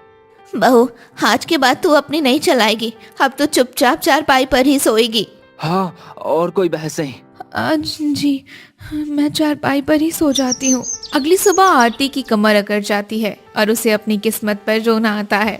हे भगवान, चारपाई पर सोना तो बड़ा कठिन है, ना ढंग से नींद आती है और ना आराम मिलता है। बहू, अब तो जल्दी से खाना बना ले, खेत में काम बहुत है। धुएं और गर्मी के बीच आरती फिर से चूल्हा फूंकने लगती है। राजेश भी वहीं बैठ जाता है। तभी रीतिका वहां आ जाती है। भाभी, खाना बन गया क्या? बड़ी भूख लगी है। एक तो मैं परेशान हो रही हूँ, ऊपर से इसको बस खाने की पड़ी है। बस थोड़ी देर में बन जाएगा रीतिका। ठीक है भाभी। राजेश जी, मुझे आपसे कुछ बात करनी है। कहो, क्या बात करनी है? क्या बात हो गई? राजेश जी, कब तक हम यूं चारपाई पर सोते रहेंगे? आरती, मुझे पता है तुम तकलीफ में हो। हम सब भी तो परेशान हैं। अब और बर्दाश्त नहीं होता मुझसे। गर्मी, धूल, कीड़े और ऊपर से ये एक ही चारपाई। लेकिन भगवान से प्रार्थना करने के अलावा और कर ही क्या सकते हैं? इतनी गर्मी में सब्जी के खेत में एक ही चारपाई पर सोने वाला ससुराल तो मैंने पहली बार देखा है राजेश जी। वो तो है, लेकिन हिम्मत रखो आरती, वक्त हमेशा एक जैसा नहीं रहता है। राजेश आरती को तसल्ली देकर शांत करता है। शाम को ताजा पानी लाने के लिए आरती कुएं की ओर चली जाती है, जहां गांव की और भी औरतें खड़ी हैं। बहू, तूफान में तुम्हारा घर टूट गया, सुनकर बहुत दुख हुआ। सुना है इतनी गर्मी में सब्जी के खेत में एक ही चारपाई पर पूरा ससुराल सो रहा है। हाँ चाची, मैं तो बहुत परेशान हो गई हूँ, लेकिन अब क्या कर सकते हैं। हम गरीबों की तो किस्मत ही ऐसी है, दिन रात एक करके सब्जियां उगाते हैं, फिर भी साहूकार इतने कम दाम पर लेता है। क्या? क्यों चाची? क्या हम इन्हें और कहीं नहीं बेच सकते? कैसे बेचेंगे बेटा? ना तो हम शहर में किसी को जानते हैं और ना कोई हमें जानता है। बस इसी बात का तो साहूकार फायदा उठाता है। लेकिन कोई तो ऐसा तरीका निकालना पड़ेगा ना कि हमारी सब्जियां सीधे शहर में बिके और हमें सही दाम मिले। तुम पढ़ी लिखी हो बेटा, तुम ही कोई रास्ता निकालो। आरती पानी भरकर वापस लौटती है। चारपाई पर बैठी एक लड़की को देखते ही उसके चेहरे पर चमक आ जाती है। मानसी, तुम यहाँ? आरती, कैसी है तू? मुझे आज पता चला यार तेरे घर के बारे में। बहू, मानसी कब से तेरा इंतजार कर रही है, जा इसके लिए कुछ लेकर आ। मानसी तो बैठ, मैं तेरे लिए अभी आम का पन्ना बना कर लाती हूँ। भाभी, आप अपनी सहेली से बातें करो, इन्हें खेत दिखाओ, मैं आम का पन्ना बना कर लाती हूँ। चल मानसी, मैं तुझे अपनी खेत दिखाती हूँ। वाह आरती, ये तो कितनी ताजी सब्जियां हैं। क्या तुम लोग इसमें केमिकल डालते हो? कुछ नहीं मानसी, हम तो बिल्कुल ऑर्गेनिक तरीके से उगाते हैं। देखिए गोभी, कितनी अच्छी खुशबू है ना इसकी। रीतिका आम का पन्ना लेकर आती है। मानसी एक घूंट पीती है और खुश हो जाती है। वाह यार, ये तो बहुत फ्रेश और टेस्टी है। आरती, पता है शहर में ऑर्गेनिक सब्जियों की बहुत मांग है, लोग इसके लिए मुंह मांगा दाम देते हैं। क्या फायदा मानसी, यहाँ तो साहूकार कौड़ियों के भाव लेता है। तो चिंता मत कर, मैं शहर में कुछ स्टोर्स को जानती हूँ, मैं तेरी इन सब्जियों को कुछ सैंपल लेकर जाऊंगी, उन्हें जरूर पसंद आएगा। मानसी सब्जियों के सैंपल लेकर चली जाती है। आरती के मन में एक नई उम्मीद जगती है। लेकिन अगले ही दिन साहूकार खेत में आ धमकता है और कहता है, कहाँ है महेश जी? सुनो, ये तुम्हारा घर टूट गया है। आइए साहूकार जी, क्या करे, हम पर कुदरत की मार पड़ी है। ठीक है, जो होना था वो तो हो गया। देख रहा हूँ कि तुम्हारी सब्जियां एकदम तैयार हो गई हैं। जी सेठ जी, तैयार तो हो गई है। तो फिर कल ही अपने आदमियों को मैं भिजवाता हूँ लेने के लिए। साहूकार जी, सब्जियां तो तैयार हो गई हैं, पर इस बार जरा रहम करना। हाँ सेठ जी, हमारा घर गिर गया, सिर छिपाने की जगह नहीं है, इस बार थोड़े ज्यादा पैसे दे देना। देखो, पैसे तो मैं उतने ही दे पाऊंगा जितना हमेशा देता हूँ। हम पर रहम कीजिए सेठ जी। देखो, ज्यादा नखरे करोगे तो सब्जियां खेत में ही सड़ जाएंगी, मेरे सिवा गांव में कोई और नहीं खरीदेगा। साहूकार जी, आप ये सब्जियां शहर ले जाकर 5 गुने दाम में महंगे बेचते हैं, फिर हमें इतना कम क्यों देते हैं? ए बहू, तू बीच में मत बोल। क्यों ना बोलूं, हम सही दाम ही तो मांग रहे हैं बस। तुझे क्या पता व्यापार क्या होता है? गाड़ी मजदूर लगाकर सब्जियों को शहर लेकर जाना पड़ता है, उसमें पैसा नहीं लगता क्या? लेकिन ठीक है साहूकार जी, कल कल भेज देना आदमियों को, हम सब्जियां तैयार रखेंगे। साहूकार चला जाता है। आरती का खून खौल जाता है और वो राजेश और महेश से कहती है, पापा जी, आपने मुझे बोलने से क्यों रोक दिया? बेटा, वो अच्छा आदमी नहीं है। चाहे जो भी हो, हम साहूकार को सब्जियां नहीं देंगे। हमें सब्र रखकर मानसी की खबर का इंतजार करना चाहिए। मुझे लगता है कि आरती सही कह रही थी, हमें एक बार कोशिश करनी चाहिए। मानसी पढ़ी लिखी है, वो गलत नहीं बोलेगी। लेकिन बेटा, मुझे तो अभी भी साहूकार का डर सता रहा है, कहीं हम मुसीबत में ना पड़ जाएं। आप घबराइए मत माँ जी, हम किसी मुसीबत में नहीं फंसेंगे। अगली सुबह पूरा परिवार खुशी खुशी सब्जियां तोड़ने में जुट जाता है। तभी साहूकार के आदमी वहां पहुंच जाते हैं और आरती निडरता से कहती है, जाके अपने मालिक से कह दो, आज हम सब्जियां नहीं बेच रहे, हमें शहर में ग्राहक मिल गया है। साहूकार के आदमी चले जाते हैं। थोड़ी देर बाद मानसी लोडिंग गाड़ी और 2 व्यापारियों के साथ खेत में दाखिल होती है। देखो मानसी, आ गई, सब्जियां लेकर बोरियों में भर दीजिए। क्या हो रहा है यहाँ? तुम्हारी इतनी हिम्मत की किसी और को माल बेच दिया? हाँ बेच दिया, जो करना है कर लीजिए। बहुत पछताओगे तुम लोग। शहर वाला एक ही दिन खरीदेगा, फिर तुम मेरे पास ही आओगे। मैं एक भी सब्जी नहीं खरीदूंगा। साहूकार जी, अब आपकी जरूरत कभी नहीं पड़ेगी। मैं खुद इनकी सब्जियों को सीधी डील शहर से बड़े स्टोर से करवाऊंगी। हाँ साहूकार जी, अब हम बेवकूफ नहीं बनेंगे। अब हमारा पसीना हमारे काम आएगा, आपकी तिजोरी भरने के नहीं। महेश आरती से कहता है, आरती बेटा, तू तो साक्षात लक्ष्मी बनकर आई है। आज तक हमने एक साथ इतने पैसे कभी नहीं देखे। बहू, मुझे माफ कर देना, मैं तो डर गई थी, पर तूने तो सबका ही नसीब बदल दिया। भाभी, अब तो हम पक्का घर बनाएंगे और मेरे लिए एक अलग कमरा भी। हाँ रितिका, सबका अपना कमरा होगा और हम अब उस चारपाई को अपने आंगन में शान से रखेंगे, ताकि हमें याद रहे कि हमने कैसे संघर्ष किया था। कुछ ही महीनों में खेत के पास एक पक्का मकान खड़ा हो जाता है। अब गर्मी की दोपहर में कूलर की हवा चलती है और पूरा परिवार खेत की ताजी सब्जियां खाता है। ये तो सही बात है। ये हम सबकी मेहनत का नतीजा है माँ जी और पापा जी। हमने दिखा दिया कि अगर परिवार साथ हो और सोच सही हो तो घर में सारी मुश्किलें खत्म हो सकती है, हर मुश्किल का रास्ता निकल सकता है। हाँ राजेश जी, हम तो वो दिन हमेशा याद रखेंगे जो हम सबने गर्मी में सब्जी के खेत में एक ही चारपाई पर बिताए थे। हाँ, जिसकी वजह से हमें मेहनत करने की प्रेरणा मिली और परिवार की कीमत भी पता चली। भाभी, अरे ओ भाभी, कुछ करो ना, मेरे पेट में दर्द बढ़ता ही जा रहा है। हे भगवान, क्या हो गया मेरी बच्ची को? रात तक तो सब कुछ ठीक था, सुबह अचानक से क्या हो गया? माँ जी, मुझे तो लगता है कि रितु को फूड पॉइजनिंग हो गई है। क्या क्या कहा? फूड? और आगे क्या बोला तूने? मुझे तो नाम तक नहीं बोला जा रहा। पता नहीं कौन कौन सा नया नया रोग आ गया है। हमारे जमाने में तो सिर्फ सर्दी, जुकाम, बुखार यही सब होता था। अरे माँ जी, फूड पॉइजनिंग, फूड पॉइजनिंग इसका मतलब होता है कुछ गलत खा लेना। इससे पेट में इन्फेक्शन हो जाता है, जिस वजह से पेट दर्द और दस्त जैसी प्रॉब्लम हो सकती है। लेकिन रितु ने कल ऐसा क्या खा लिया था जो उसकी तबीयत इतनी खराब हो गई? भाभी, आप माँ को समझाती रहेंगी कि कुछ करेंगी भी। प्लीज प्लीज कुछ करिए ना, यह दर्द तो मुझसे बर्दाश्त ही नहीं हो रहा। रितु, तुम चिंता मत करो, मैं अभी गर्म पानी में नींबू और सोडा मिलाकर तुझे देती हूँ, उसे पीकर ना तुम्हें थोड़ा आराम मिल जाएगा।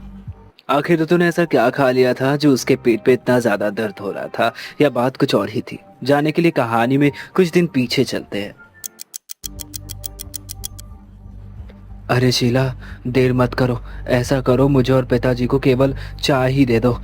उसके बाद कुछ भी करती रहना। आज दुकान का माल लाना है, वो आने वाला है। मालिक ने जल्दी आने को बोला था, लेकिन लगता है इन रोटियों के चक्कर में देर हो जाएगी। हाँ बहू, हम दोनों को चाय ही दे दो, बाद में रोटियां सेकती रहना, लेट हो जाएंगे। अगर हम लेट हो गए तो आज की कमाई भी नहीं मिलेगी। चाय तो बनकर तैयार ही है पिताजी। साथ में मैं आप दोनों के लिए एक एक रोटी भी ले आ देती हूँ। दिन भर बाहर जाकर आप लोगों को काम करना है, केवल चाय पीने से कुछ नहीं होगा, इससे ना एसिडिटी भी हो जाएगी। मनोज और रवि अभी खा ही रहे थे कि तभी आसमान में काले बादल घिरने लगे। लीजिए पिताजी, बस इसी की कमी थी। लगता है आज हम समय पर दुकान नहीं पहुंच पाएंगे। हे भगवान, थोड़ा थम जाना, अभी मत बरसना। हम दुकान पर पहुंच जाएं तब भी बरस लेना, जी भर के बरस लेना। अरे अरे दादाजी, आप तो बिल्कुल वो वाले गाने की तरह बात कर रहे हो। मेरी प्यारी गुड़िया, तेरे दादा को गाना गाना नहीं आता है। अच्छा, या तो बता कौन सा गाना था वो? अरे वही, थम के बरस ओ चला, थम के बरस। आगे की लाइन तो मुझे याद ही नहीं आ रही है दादाजी। अरे पिताजी, आप भी कहाँ इसकी बातों में फंस गए हैं। बारिश शुरू हो गई तो आप दोनों को देर हो जाएगी, चाहिए। हाँ पिताजी, चलिए चलते हैं। दोनों बाप बेटे जल्दी मोहनलाल की दुकान की तरफ निकल पड़ते। वो दोनों उसकी दुकान पर ठेला चलाने और सफाई धुलाई का काम करते थे, जहां उन्हें ना दो ढंग का पैसा मिल पाता था, ना ही इज्जत मिल पाती थी। इसके बावजूद भी वो वहां पर काम करने के लिए मजबूर थे। आइए आइए, अरे आइए आइए, ओहो भाग मेरे, आ जाइए। जो आप दोनों पधारे, बताइए क्या सेवा करूं आप लोगों की।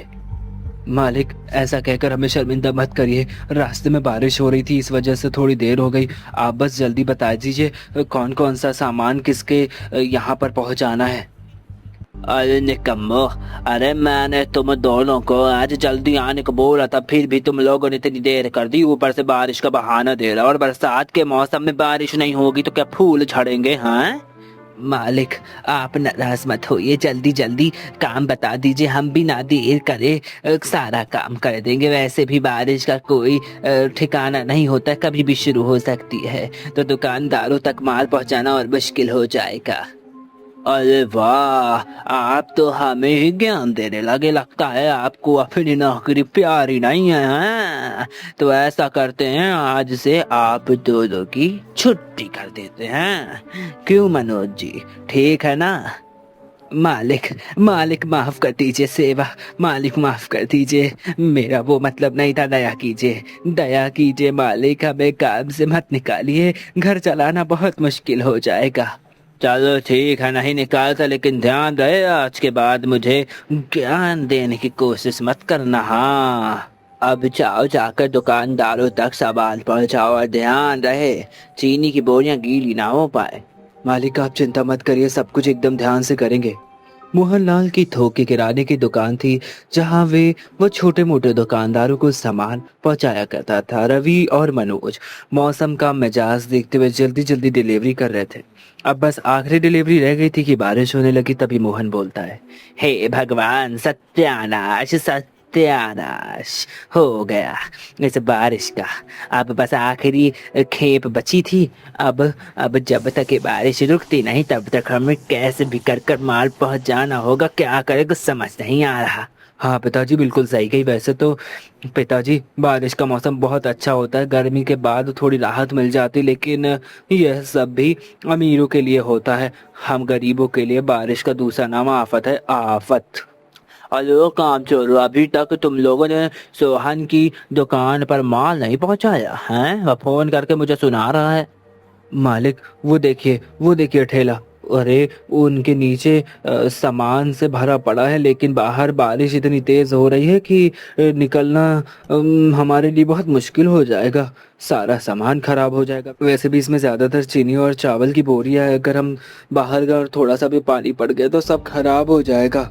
अरे काम छोड़ो, जब तुम दोनों को मालूम है कि बारिश का मौसम है तो हाथ पैर जल्दी चलाना चाहिए था, है नहीं तो अब अगर सोहन लाल की पेमेंट नहीं आई तो याद रखना, तुम दोनों की आज की दिहाड़ी नहीं मिलने वाली। मालिक ऐसा जुल्म मत कीजिए, बाकी सभी माल तो हमने समय पर पहुंचा दिया था। अब सोहन मालिक के समय में बारिश हो गई तो हम क्या करें। चुप हो जा, बिल्कुल, अरे चुप हो जा, ज्यादा से बहन मत चला, थोड़ा दिमाग लगाओ और यह माल सोहन लाल तक पहुंचाओ। उसका कुछ जुगाड़ लगाओ, मैं नहीं जानता। आप बिल्कुल चिंता मत कीजिए। जब तक आज हम मोहन के मालिक के यहाँ सामान नहीं पहुंचा देते तब तक हम घर नहीं जाएंगे। आज बारिश रवि और मनोज के सब्र का इम्तिहान लेने पर उतारू थी, तो वहीं दूसरी तरफ घर में सभी की हालत बहुत खराब थी। अरे माँ जी, इस बारिश ने तो सब कुछ बर्बाद कर दिया। देखिए ना, जगह जगह में पानी टपक रहा है, पूरा चूल्हा खराब हो गया है। और तो और जो थोड़ा बहुत आटा बचा रखा हुआ था वो भी खराब हो गया, उसमें भी पूरा पानी मिल गया है। क्या करे बहू, तेरे ससुर और पति की कमाई भी तो इतनी नहीं होती कि बारिश में कुछ कर पाए, बारिश से पहले छत की मरम्मत कर पाए। हर साल यही सोचते रह गए, लेकिन कुछ हो ही नहीं पाया, कुछ समझ ही नहीं आ रहा है। अरे मम्मी, अभी ये गरीबी पुराना पढ़ने का समय नहीं है। जल्दी जल्दी हम सबको बाल्टी और बर्तन को पानी टपकने वाली जगह पर लगाना होगा, नहीं तो पूरा घर तालाब बन जाएगा। अरे अरे बुआ, बन क्या जाएगा, ये तो ऑलरेडी बन चुका है। वह देखो उस तरफ मम्मी के मसालों के डिब्बे पानी में तैर रहे हैं। हे भगवान, क्या आफत है। एक तो यहाँ सामान खरीदने के पैसे नहीं, ऊपर से दूसरी तरफ इस टपकती छत की वजह से जो था वो भी बर्बाद हो गया। हे भगवान, अब हम क्या करें। अरे बहू, तब की बात तब सोचेंगे, अभी तो इस टपकते हुए पानी को रोकना होगा। तू ऊपर जाकर छत पर प्लास्टिक शीट डाल दे और ऋतु घर में जमा पानी बाहर निकाल। शीला छत पर जाकर प्लास्टिक सीट बिठाती है, तो वहीं दूसरी तरफ रवि और मनोज भी ठेले पर लदे हुए सामान को प्लास्टिक से अच्छी तरह से कवर कर लेते हैं। मालिक, लगता है यह बारिश आज नहीं रुकने वाली, इसीलिए हमने सामानों को अच्छी तरह से प्लास्टिक के कवर में पैक कर दिया। इसे पहुंचा रहे हैं, जा रहे हैं। इससे ये होगा कि पानी अंदर नहीं जाएगा, कुछ भी सामान खराब नहीं होगा। और आप बिल्कुल निश्चित रहिए, थोड़ी देर बाद आप सोहन लाल से पैसे मांग सकते हैं।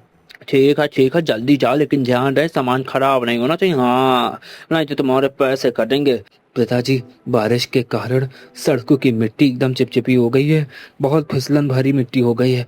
आप ध्यान दीजिएगा, सही से चलिएगा, कहीं पैर ना फिसल जाए। अरे बेटा मेरी छोड़, तू अपना ध्यान रख। एक दूसरे से बातें करते हुए, एक दूसरे को संभालते हुए सोहन लाल का सामान पहुंचाकर वह वापस आ जाते। मालिक, हमने सारा सामान सोहन जी के पास पहुंचा दिया है, वो भी सही सलामत। अब आप हम दोनों को आज की दिहाड़ी दे दीजिए ताकि हम भी घर जा सके। मालिक, अगर हो सके तो थोड़ा चावल और दाल भी दे देते, ताकि बारिश में दूसरी जगह से राशन न खरीदना पड़े। क्यों रे रवि, मेरा गोदाम तुझे धर्म खाता नजर आता है क्या? हाँ, जो कभी आटा नहीं तो कभी चावल मांगता रहता है। नहीं मालिक, मैं तो बस यूं ही कह रहा था। यदि संभव नहीं है तो रहने दीजिए। मोहनलाल से 200 की दिहाड़ी के सिवा दोनों बाप बेटों को कुछ नहीं मिलता है। बेटा, आज तो बड़ी देर हो गई, घर पर सभी लोग राह देख रहे होंगे, जल्दी जल्दी कदम बढ़ाने होंगे। सब्जियां और किराने का सामान भी तो लेना है। पिताजी, इन 200 रुपए में हम क्या क्या ले पाएंगे, मुझे तो कुछ समझ में नहीं आ रहा है। भगवान ने हमें जन्म देकर कोई गलती तो नहीं करती है। बेटा, हिम्मत नहीं हारते, जीवन में संघर्ष ही संघर्ष भरा पड़ा है। बस हमें अपने कर्मों पर ही रहना, अपने कर्म अच्छे करना, बाकी ऊपर वाला तो देख ही रहा है, सब उस पर छोड़ दे। बहू, थोड़ी चाय बना दे, थोड़ी थकान हो रही है आज। जी पिताजी, आप दोनों कपड़े बदल लीजिए, तब तक मैं चाय बढ़ा देती हूँ। अरे ऋतु, आज छत से पानी टपकने लगा था क्या? हाँ पापा, हमारा घर मिनी स्विमिंग पूल बन गया था, जिसमें मम्मी के मसाले के डिब्बे भी स्विमिंग कर रहे थे। अरे मेरे प्यारे बच्चों, अपने दादाजी को भी बताओ आज तुमने क्या क्या किया। दादाजी, मैं बताता हूँ। आज इस पिंकी ने अपनी कॉपी के पन्ने फाड़ कर नाव बनाई थी। उससे ना जमे पानी में, घर में जो पानी जम गया था ना, उसमें डालकर खेल रही थी। इसे समझाओ दादाजी, कॉपी के पेज को बर्बाद ना करा करे। अरे दादाजी, बस एक ही पेज फाड़ा था। ये मोनू का बच्चा कब से सभी से ही शिकायत लगा रहा है। सभी आपस में बातें कर रहे थे, तभी दरवाजे पर दस्तक होती है। तू रहने दे बहू, मैं जाकर देखती हूँ इतनी रात गए कौन आया है। अरे कांता जी, आप इतनी रात गए, कहीं कुछ काम है क्या? अरे भाई, काम वाम क्या था, वह तो मैं तुम्हारे लिए छोले लेकर आई थी। सुबह बहू ने छोले भटूरे बनाए थे, तो काफी छोले बच गए, तो मैंने सोचा तुम्हें भी दे दूं। हाँ, अरे कांति जी, इसकी क्या जरूरत थी? हमारे घर में खाना बन चुका है, आपने आने में थोड़ी देर कर दी। अरे सावित्री जी, वैसे भी तेरे घर में क्या ही बना होगा, वही सूखी रूठी रोटियां बनी होंगी और वही दाल। ये ले, सभी को थोड़ा थोड़ा खिला देना, थोड़ा मन बदल जाएगा। कांता जी जिद की वजह से सावित्री को छोले लेने पड़ते हैं। अरे माँ, यह कांता आंटी क्या करने आई थी यहाँ? कुछ नहीं बेटा, बस हमारा मजाक उड़ाने आई थी। उसे मालूम है कि हमारे घर में अभी इतने सारे लोग हैं, फिर भी इस छोटी सी कटोरी में छोला लेकर आई है। वाह वाह, और ये भी बासी, बदतमीज औरत। जाने दो ना सावित्री, दूसरों के कारण अपना मूड क्यों खराब करना। हाँ नहीं तो, और वैसे भी भले ही हम गरीब हो, लेकिन हमने आज तक कभी किसी को बासी खाना नहीं खिलाया और ना खुद खाया, और बचा हुआ खाना भी नहीं खाया है। हाँ पिताजी, बरसात के मौसम में तो ताज़ा ताज़ा खाना ही सही रहता है, वरना बीमारी की चपेट में आने का डर रहता है। चलिए, आप सभी, काफी देर हो गई है, अब खाना खा लीजिए। सभी खाना खाने बैठ जाते, लेकिन बच्चे खाना देखकर मुंह नाक सिकोड़ने लगते। तभी पिंकी बोलती है, क्या मम्मी, यह तो लौकी की सब्जी है, मुझे लौकी नहीं पसंद। हाँ मम्मी, मुझे भी लौकी नहीं पसंद, लेकिन कोई बात नहीं, मैं खा लूंगा। और पिंकी, तू भी खा ले, कल मम्मी हमारे लिए आलू के पराठे बनाएगी, आलू के पराठे, है ना मम्मी? हाँ मेरे बच्चों, जरूर बनाऊंगी आलू के पराठे। हाँ। अरे कोई नहीं, कांता काकी के छोले को हाथ तक नहीं छुआ किसी ने। हाँ, ऐसा करती हूँ, मैं ही खा लेती हूँ। रितु चुपके से जाकर कांता के लाए हुए छोले खा लेती, लेकिन छोले बासी होने के कारण उसे फूड पॉइजनिंग हो जाती और अगले दिन उसे पेट दर्द होने लगता है, उल्टियां भी होने लग जाती हैं और वो परेशान रहती। तभी रितु बोलती है, भाभी, अरे ओ भाभी यार, बहुत तेज दर्द हो रहा है, कुछ करो ना, मेरे पेट में बहुत दर्द हो रहा है, बढ़ता ही जा रहा है। हे भगवान, क्या हो गया मेरी बच्ची को? कल रात तक तो बिल्कुल ठीक थी, आज अचानक सुबह क्या हो गया?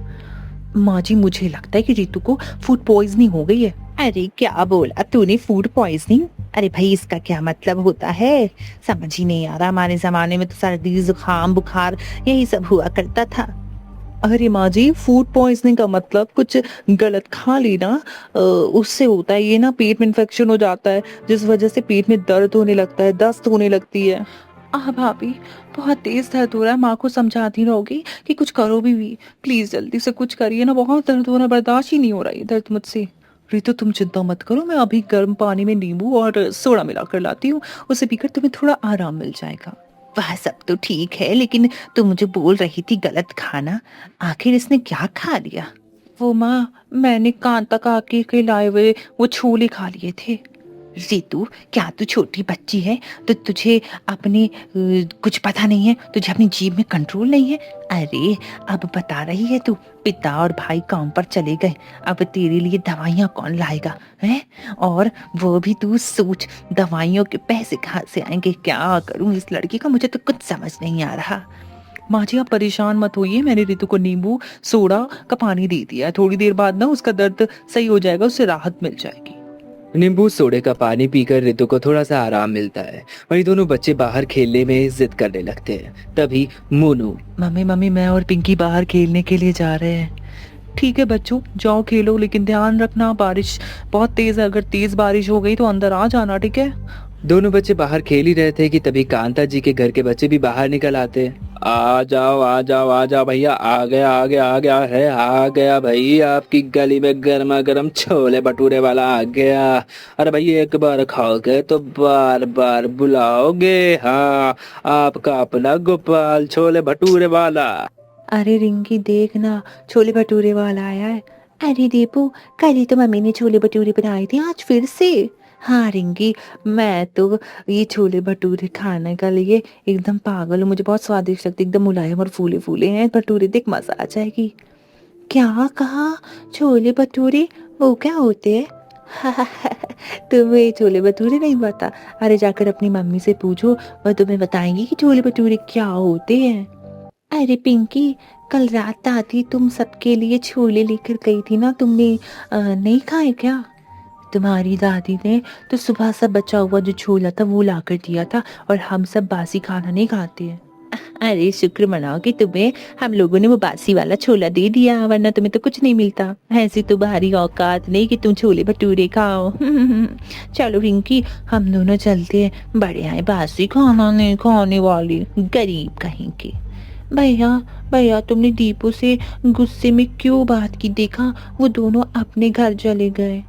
कोई बात नहीं पिंकी, मैं हूं ना, तू मेरे साथ खेल। वैसे भी पिंकी, अब हमें भी घर चलना चाहिए और गर्मा गर्म आलू के पराठे खाने चाहिए। चलो चलकर खाते हैं। लेकिन भैया, मुझे तो इस ठेले वाले के छोले भटूरे खाने हैं। देखो ना, कितनी अच्छी खुशबू आ रही है। पिंकी अंदर चल। अरे बच्चों, खेल लिया तुम दोनों ने, अब आ जाओ जल्दी से, आकर खाना खा लो। दादी दादी, मुझे छोले भटूरे खाने हैं। बाहर गली में ठेले वाला आया है, उसके ठेले में ना बहुत स्वादिष्ट अच्छी अच्छी कुछ कुछ आ रही, मुझे वही खाना है। अरे बेटा, बरसात में बाहर का खाना नहीं खाते, नहीं तो रितु बुआ की तरह तुम्हारा भी पेट खराब हो जाएगा, है ना, दर्द होने लगेगा। माँ माँ दादी, हम बाहर का खाना खाने को मना कर रही हैं। मुझे बाहर का खाना खाना है, तो मेरे लिए घर पर ही छोले भटूरे बना दो फिर। दीपू और रिंकी की मम्मी ने भी कल बनाए थे।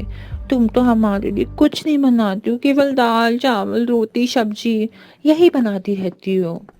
पिंकी, तेरी जुबान आजकल बहुत ज्यादा चलने लगी है। चुप हो जा, चुप हो जा।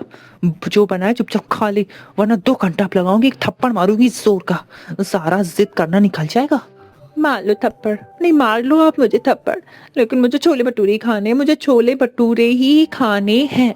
शीला गुस्से में पिंकी को एक चाटा जड़ देती है, जिसके बाद पिंकी और सोनू चुपचाप खाना खाते हैं। वही दूसरी तरफ मोहनलाल के गोदाम में रात हो गई थी।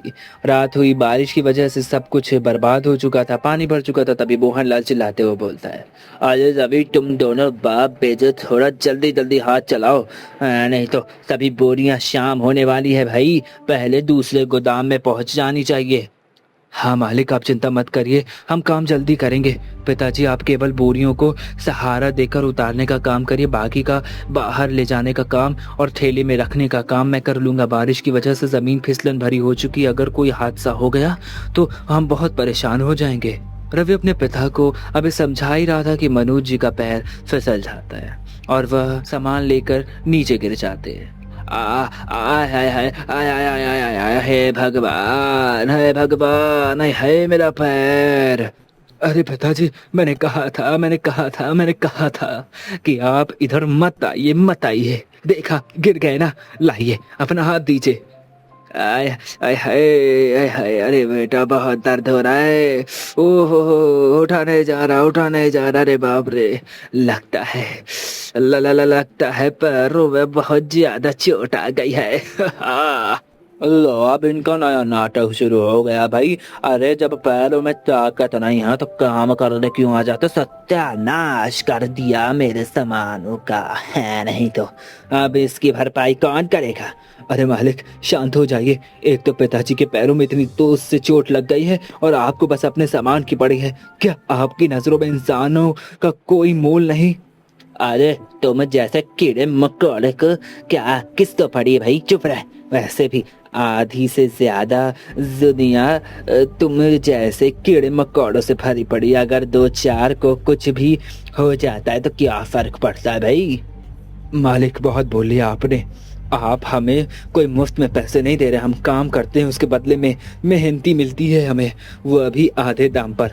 कल से हम दोनों आपकी दुकान पर कोई काम नहीं करेंगे, नहीं आएंगे हम आपकी दुकान पर काम करने। अरे जहाँ इंसानों को इंसान नहीं समझा जाता, वहाँ अपना खून जला के क्या फायदा? अरे हाँ भाई, जाओ जल्दी जाओ, निकल जाओ। देखता हूँ तुम दोनों को कौन काम देगा। आखिर में रोते हुए, गिड़गिड़ाते हुए, हाथ फैलाते हुए मेरे पास ही आना है तुम दोनों को। रवि अपने पिताजी को ठेले पर लेटा देता है और वापस घर आ जाता है। सावित्री उनका हाल देखकर बोलती है, अरे बेटा, इन्हें क्या हुआ? कुछ नहीं माँ, कीचड़ में इनका पैर फिसल गया था, थोड़ी सी चोट आ गई है। तुम इनका ध्यान रखो, मैं और शीला पास के क्लिनिक में जाकर आते हैं। शीला, मैंने माँ से कहने को तो कह दिया कि पास के क्लिनिक में जाते हैं, लेकिन पैसे नहीं है, मैं क्या करूँ, कुछ समझ नहीं आता। क्यों, क्या हुआ? आज आप दोनों की दिहाड़ी नहीं मिल पाई? रवि शीला को गोदाम के पास हुई सारी बात बताता है। आप लोग चिंता मत कीजिए, मेरी एक दोस्त नर्स है, वो पास की क्लिनिक में काम करती है, हम वहाँ चलते, हो सकता है वो कुछ मदद कर दे। शीला अपनी दोस्त मीनल से मदद मांगती है। मनोज जी के पैरों को देखने के बाद मीनल कुछ दवाइयाँ लिखती है। शीला, आंचल के पैरों में फ्रैक्चर तो नहीं है, लेकिन मोच जरूर आई है, और गर्म पट्टियां बांध देती हूँ और कुछ दवाइयाँ लिख देती हूँ जिससे इन्हें आराम मिल जाएगा। बस ध्यान रखना कि अपने पैरों में ज्यादा जोर ना दे। ठीक है मीनल, चल मैं तुझे तेरे क्लिनिक तक छोड़ देती हूँ, तुझसे कुछ बातें भी कर लूंगी। चल आजा, दवाइयाँ भी वहीं से ले लूंगी, चल आजा, जल्दी से आजा। अरे शीला, तेरे ससुराल का इतना बुरा हाल कैसे? वह सब छोड़ मीनल, बीती बातों को दोहराने से कोई कुछ नहीं होने वाला सिवाय दर्द के।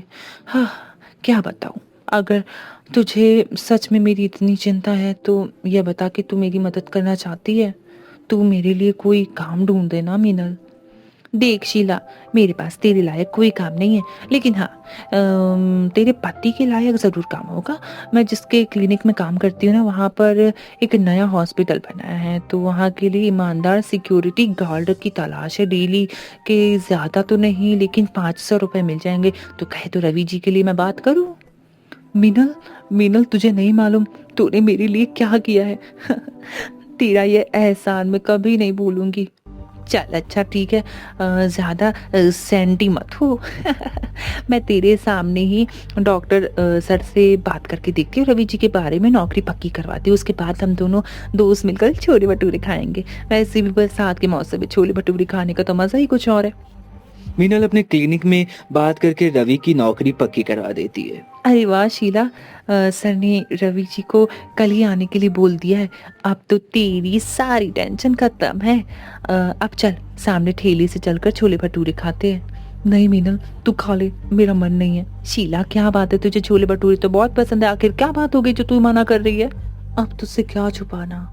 वो बात कुछ ऐसी कि घर में काफ़ी दिनों से बच्चों को छोले भटूरे खाने हैं। वो बहुत जिद करे, लेकिन पैसे की तंगी की वजह से मैं बना ही नहीं पा रही हूँ। ऐसे में कैसे भी करके मुझे, हाँ, ये क्या ही कर सकती हूँ। मैं नहीं खा सकती छोले भटूरे जब तक मेरे बच्चे नहीं खाएंगे।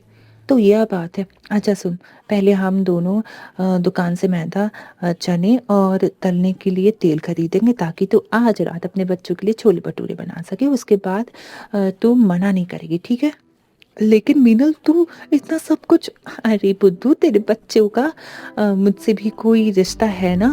शीला की आंखों में खुशी के आंसू आ जाते हैं। वह सामान लेकर घर आती है, सभी को और रवि की नई नौकरी के बारे में बताती है और चने फूलने के लिए पानी में डाल देती है। तभी शीला बोलती है, पिंकी, मोनू, आज मैं तुम सबके लिए छोले भटूरे बनाऊंगी। अरे वाह, अरे वाह, फिर तो नई नौकरी मिलने की खुशी दुगनी हो गई है, दुगनी। वाह भाभी, इतनी तेज भूख लगी है, गर्मा गर्म छोले भटूरे खाने में तो मजा ही आ जाएगा। हाँ बहू, रवि को और रितु बिल्कुल सही कह रहे हैं। हाँ, नई नौकरी मिलने की खुशी में और बरसात में छोले भटूरे का तो मजा ही कुछ और है। आज शीला के ससुराल में सभी बहुत खुश थे। रात होती है, पूरा परिवार एक साथ बैठकर छोले भटूरे खाता है। अरे वाह, बहुत बहुत बहुत अच्छे बनाए हैं। वाह, तुम्हारे हाथों में तो साक्षात अन्नपूर्णा माँ है। उनका ही वास है। कितने स्वादिष्ट छोले भटूरे बनाए हैं, मजा ही आ गई। हाँ बहू, तेरे पिताजी बिल्कुल सही बोल रहे हैं। इतने गरम और फूले फूले भटूरे मैंने कभी नहीं खाए। अरे मम्मी, आप तो बेस्ट हो, बेस्ट। कल मैं दीपू और रिंकी को बताऊंगी कि मेरी मम्मी ने भी छोले भटूरे बनाए हैं। हाँ भाभी, मैं छोले भटूरे खाकर तो मेरा दिमाग में बस एक ही बात आई है। बोलो तो क्या बात है? भाभी, मैं यही सोच रही थी कि भैया तो कल सिक्योरिटी गार्ड की नौकरी पर जाएंगे, ऐसे में हमारा ठेला तो खाली ही रहेगा, तो क्यों ना हम उस ठेले पर छोले भटूरे बनाकर बेचें। ऐसे में कुछ इनकम भी हो जाएगी और इसके लिए आपको कहीं दूर जाने की ज़रूरत भी नहीं पड़ेगी। बात तो तुम्हारी बिल्कुल सही है रितु। घर पर रहकर सबकी देखभाल करते हुए यह काम मैं कर पाऊंगी। तो पक्का कहा, कल भैया के काम पर जाने के बाद हम अपना ठेला लगाएंगे। लेकिन शीला, सोच लो, तुम्हारा काम बढ़ जाएगा। अरे बहू की मदद करने के लिए हम सब भी तो हैं। हम सब मिलकर हाथ बटाकर सब काम कर लेंगे, तुझे चिंता करने की कोई जरूरत नहीं है। लगता है हमारे दिन अब सुधरने वाले हैं। अब बहू भगवान का नाम लेकर कल से छोले भटूरे बेचेगी, बिजनेस शुरू करेगी। हाँ हाँ, बिल्कुल अच्छा हो रहा है। अगले दिन पूरे मोहल्ले में शीला के बनाए हुए छोले भटूरे की खुशबू फैल जाती है। अगल बगल से लोग बारिश में गर्मा गर्म छोले भटूरे खाने के लिए शीला के पास आने लगते। तभी कांता बोलती है, अरे ताऊ जी, तूने बताया नहीं तेरी बहू इतना स्वादिष्ट छोले भटूरे बनाती। वाह भाई, मजा आ गया खाकर। ऐसा करो शीला, मुझे भी 2 प्लेट छोले भटूरे पैक कर दो। जी आंटी, मैं छोले भटूरे पैक कर देती हूँ। कुछ समय बाद ऐसे ही बीतने लगता है और धीरे धीरे शीला का बिजनेस इतना ज़्यादा बढ़ जाता है कि वो मून रोड पर दुकान लगाने लगती है और अच्छा खासा ढाबा खोल लेती है और खूब पैसा कमाती है। इस तरह से अपने ससुराल को बारिश में छोला भटूरा खिलाने के सपने से शुरू हुआ शीला का यह सफ़र अपने खुद के छोले भटूरे के ढाबे में जाकर खत्म होता है। ऐसी और मनोरंजक कहानियों के लिए हमारे चैनल को सब्सक्राइब करें और अगली कहानी किस टॉपिक पर देख रही है, अब कमेंट सेक्शन में ज़रूर बताएं। धन्यवाद।